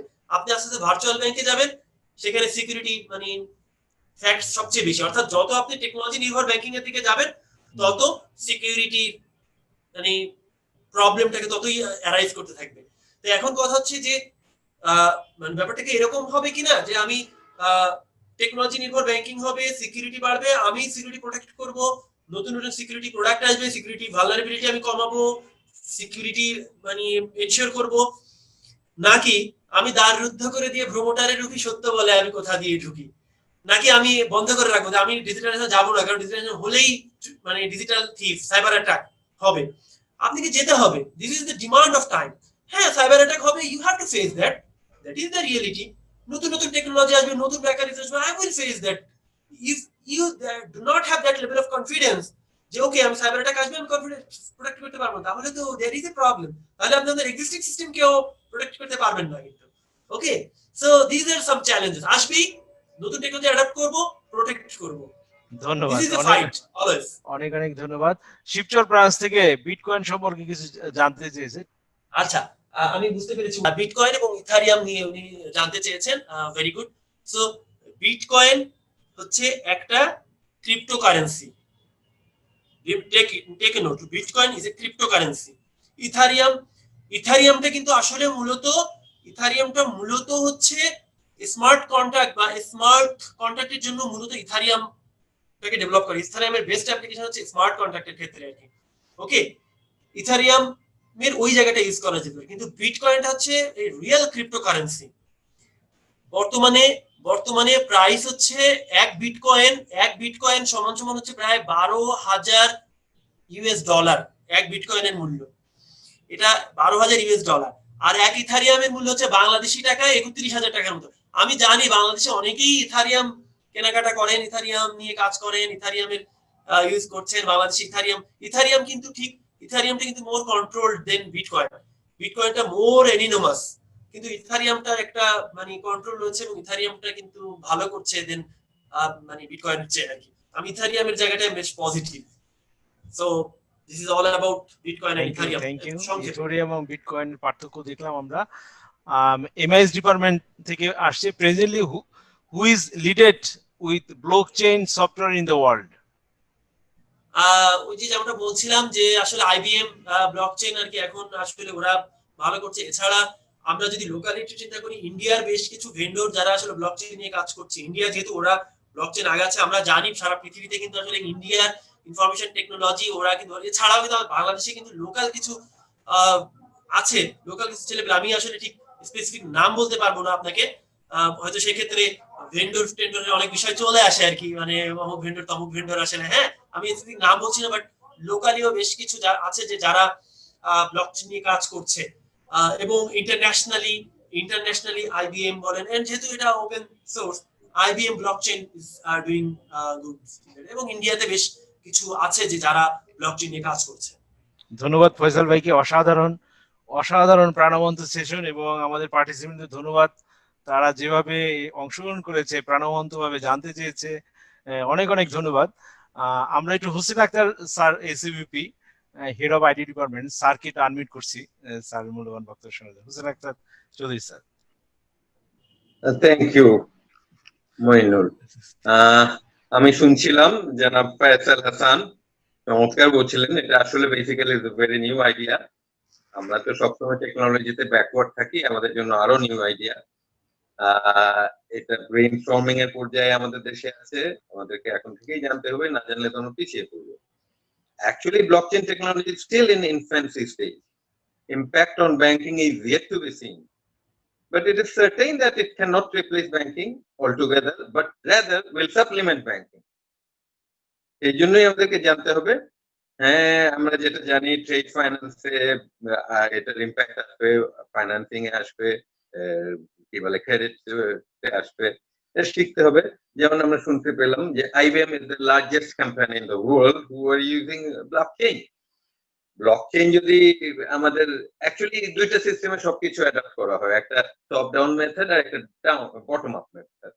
আমাদের এখানে আমরা উপর থেকে ব্লকচেইন চাপিয়ে দিলে তো হবে না, সেটা হয়ে যাবে টপ ডাউন মেথড। আমাদের বটম আপ হতে হবে, অর্থাৎ আমাদের যারা ইম্পোর্টার বা এক্সপোর্টার, তারা যদি কখনো আমাদেরকে demand, everything depends on demand and supply, demand face করে যে আমরা ব্লকচেইনে ইনভলভ হতে চাই, তখনই আমরা ব্যাংকটা অ্যাক্টিভ হতে পারবো। আদারওয়াইজ তো আমরা যেতে পারবো না, তাই না? ডিমান্ড না থাকলে আমরা বটম আপ উপর থেকে চাপিয়ে দিলে হবে না। তো এটার যেটা মেইন বেনিফিট সেটা হলো it increases financial efficiency by reducing manual manipulation. Manually manipulate করা যায় না যেহেতু, ফিনান্সিয়াল এফিসিয়েন্সিটাকে এনহ্যান্স করে। আর all transaction vividly transparent, manipulation স্কোপটা থাকে না। ইনভেনশন বলা হয়ে থাকে এখন থেকে প্রায় 1 decade ago, ক্রিপ্টোকারেন্সি বিটকয়েনের ইউজার কয়েকজন মিলে এটা করেছিল, এবং একটা সুডোনেম নিয়েছিল সাতোশি নাকামোটো, এই নামেই আসলে ব্লকচেইনে শুরু হয়, আর পরে জানা যায় this is a fake name. Future ব্লকচেইনের আছে definitely supply chain management and trade ফাইন্যান্সে based upon decentralised verified transparent transaction. এক, দুই অলরেডি বলেছি এনহ্যান্স সিকিউরিটি, যেটা cannot be altered. Third, efficiency, সেটাও বলেছি, এলিমিনেটিং এরারস এন্ড ডুপ্লিকেশন। তো আমাদেরকে ব্লকচেইনে যেতে হবে। ধন্যবাদ মাইনুলকে, বিকজ এটা একটা খুব কারেন্ট টপিক নিয়ে এসছে। আর সবচেয়ে বেশি ধন্যবাদ আমাদেরকে আজকে কিনোট স্পিকার যিনি ছিলেন জনাব ফয়সাল হাসান, অত্যন্ত প্রাণবন্ত ভাবে ইন ডিটেইল এটা জানিয়েছেন। আমি আশা করব আমাদের যারা ব্রাঞ্চ ম্যানেজার্স এবং যারা অন্যান্য কর্মকর্তা অন্যান্য পর্যায়ে আছেন, ট্রেড ফাইন্যান্স এবং ক্রেডিটে যারা কাজ করছেন, তারা সবাই অত্যন্ত বেশি উপকৃত হবেন। আর আমার জ্ঞানটাও খুব বেশি নাই বিটকয়েন নিয়ে, তাও কিছু ছিল এই ব্লকচেইন নিয়ে, তাই যতটুকু বললাম এতটুকুই। এই বলে আমি আমার বক্তব্য শেষ করছি। ধন্যবাদ ভাই। ধন্যবাদ হোসেন আক্তার চৌধুরী স্যার, অসম্ভব সুন্দরভাবে স্যার বললেন, অনেক অনেক ধন্যবাদ। এবং আমাদের আজকে কি স্পিকার এমডি ফয়সাল হাসান, যারা যারা শুনছিলেন, এবার আমাদের ধন্যবাদ জ্ঞাপনের পালা। আমি আমাদের সিনিয়র ভাইস প্রেসিডেন্ট রাজিনুর রশিদকে আনমিউট করছি ধন্যবাদ জ্ঞাপন করার জন্য। রাজিনুর রশিদ, এসভিপি এনবিটিআই, প্লিজ। আসসালামু আলাইকুম। ব্লকচেইন টেকনোলজি ইন ব্যাংকিং বিষয়ক ভার্চুয়াল ওয়ার্কশপের আজকের মূল বক্তা জনাব মোহাম্মদ ফয়সাল হাসান, ফ্যাকাল্টি মেম্বার বিএবিএমকে অসাধারণ প্রেজেন্টেশনের জন্য ধন্যবাদ জানাচ্ছি। নতুন একটি টেকনোলজিকে তিনি অত্যন্ত সহজভাবে প্রেজেন্ট করেছেন, সত্যি আমরা আনন্দিত। ধন্যবাদ জানাচ্ছি সম্মানিত ব্যবস্থাপনা পরিচালক চলতি দায়িত্ব জনাব ASM বুলবুল স্যার, সম্মানিত উপব্যবস্থাপনা পরিচালক জনাব শাহ সৈয়দ আব্দুল বারী স্যারকে, সম্মানিত SEBP জনাব হোসেন আক্তার চৌধুরী স্যার, জনাব কাজী কামাল উদ্দিন স্যার, জনাব মোহাম্মদ মনিরুজ্জামান স্যারকে ধন্যবাদ জানাচ্ছি। হিউম্যান রিসোর্সেস ডিভিশনের জনাব জহিরুল হক, জনাব সাব্বির শওকত হায়াত, জনাব ফারজান এবং MIS অ্যান্ড রিসার্চ ডিপার্টমেন্ট এবং এনবিটি এর সংশ্লিষ্ট সকলকে ধন্যবাদ জানাচ্ছি সফলভাবে ওয়ার্কশপটি সম্পন্ন করতে সার্বিক সহযোগিতা করার জন্য। এবার শুভকামনা জানানোর পালা। ন্যাশনাল ব্যাংক লিমিটেডের সম্মানিত চেয়ারম্যান মহোদয়, বীর মুক্তিযোদ্ধা জনাব জয়নুল হক শিকদার স্যার ও তার পরিবারবর্গ, সম্মানিত পরিচালকবৃন্দ ও তাদের পরিবারবর্গ, সম্মানিত শেয়ার হোল্ডারগণ, সকল সম্মানিত গ্রাহকগণ, সম্মানিত ব্যবস্থাপনা পরিচালক, অতিরিক্ত ব্যবস্থাপনা পরিচালক, উপব্যবস্থাপনা পরিচালকবৃন্দ, সকল বিভাগীয় প্রধান, সকল আঞ্চলিক প্রধান, সকল নির্বাহী কর্মকর্তা কর্মচারীবৃন্দ এবং তাদের পরিবারবর্গের শারীরিক সুস্থতা, মানসিক সুস্থতা, ইহকাল পরকালে কল্যাণ কামনা করছি। হে মহান রব্বুল আলামিন, আমাদের ক্ষমা করুন, সরল পথে পরিচালিত করুন, হেদায়েত দান করুন। কোভিড-19 বিশ্ব থেকে মুক্ত করে শান্তিময়, স্বাস্থ্যকর, দূষণমুক্ত, সবুজ বাসযোগ্য বিশ্ব উপহার দিন। আমিন। খুদা হাফেজ।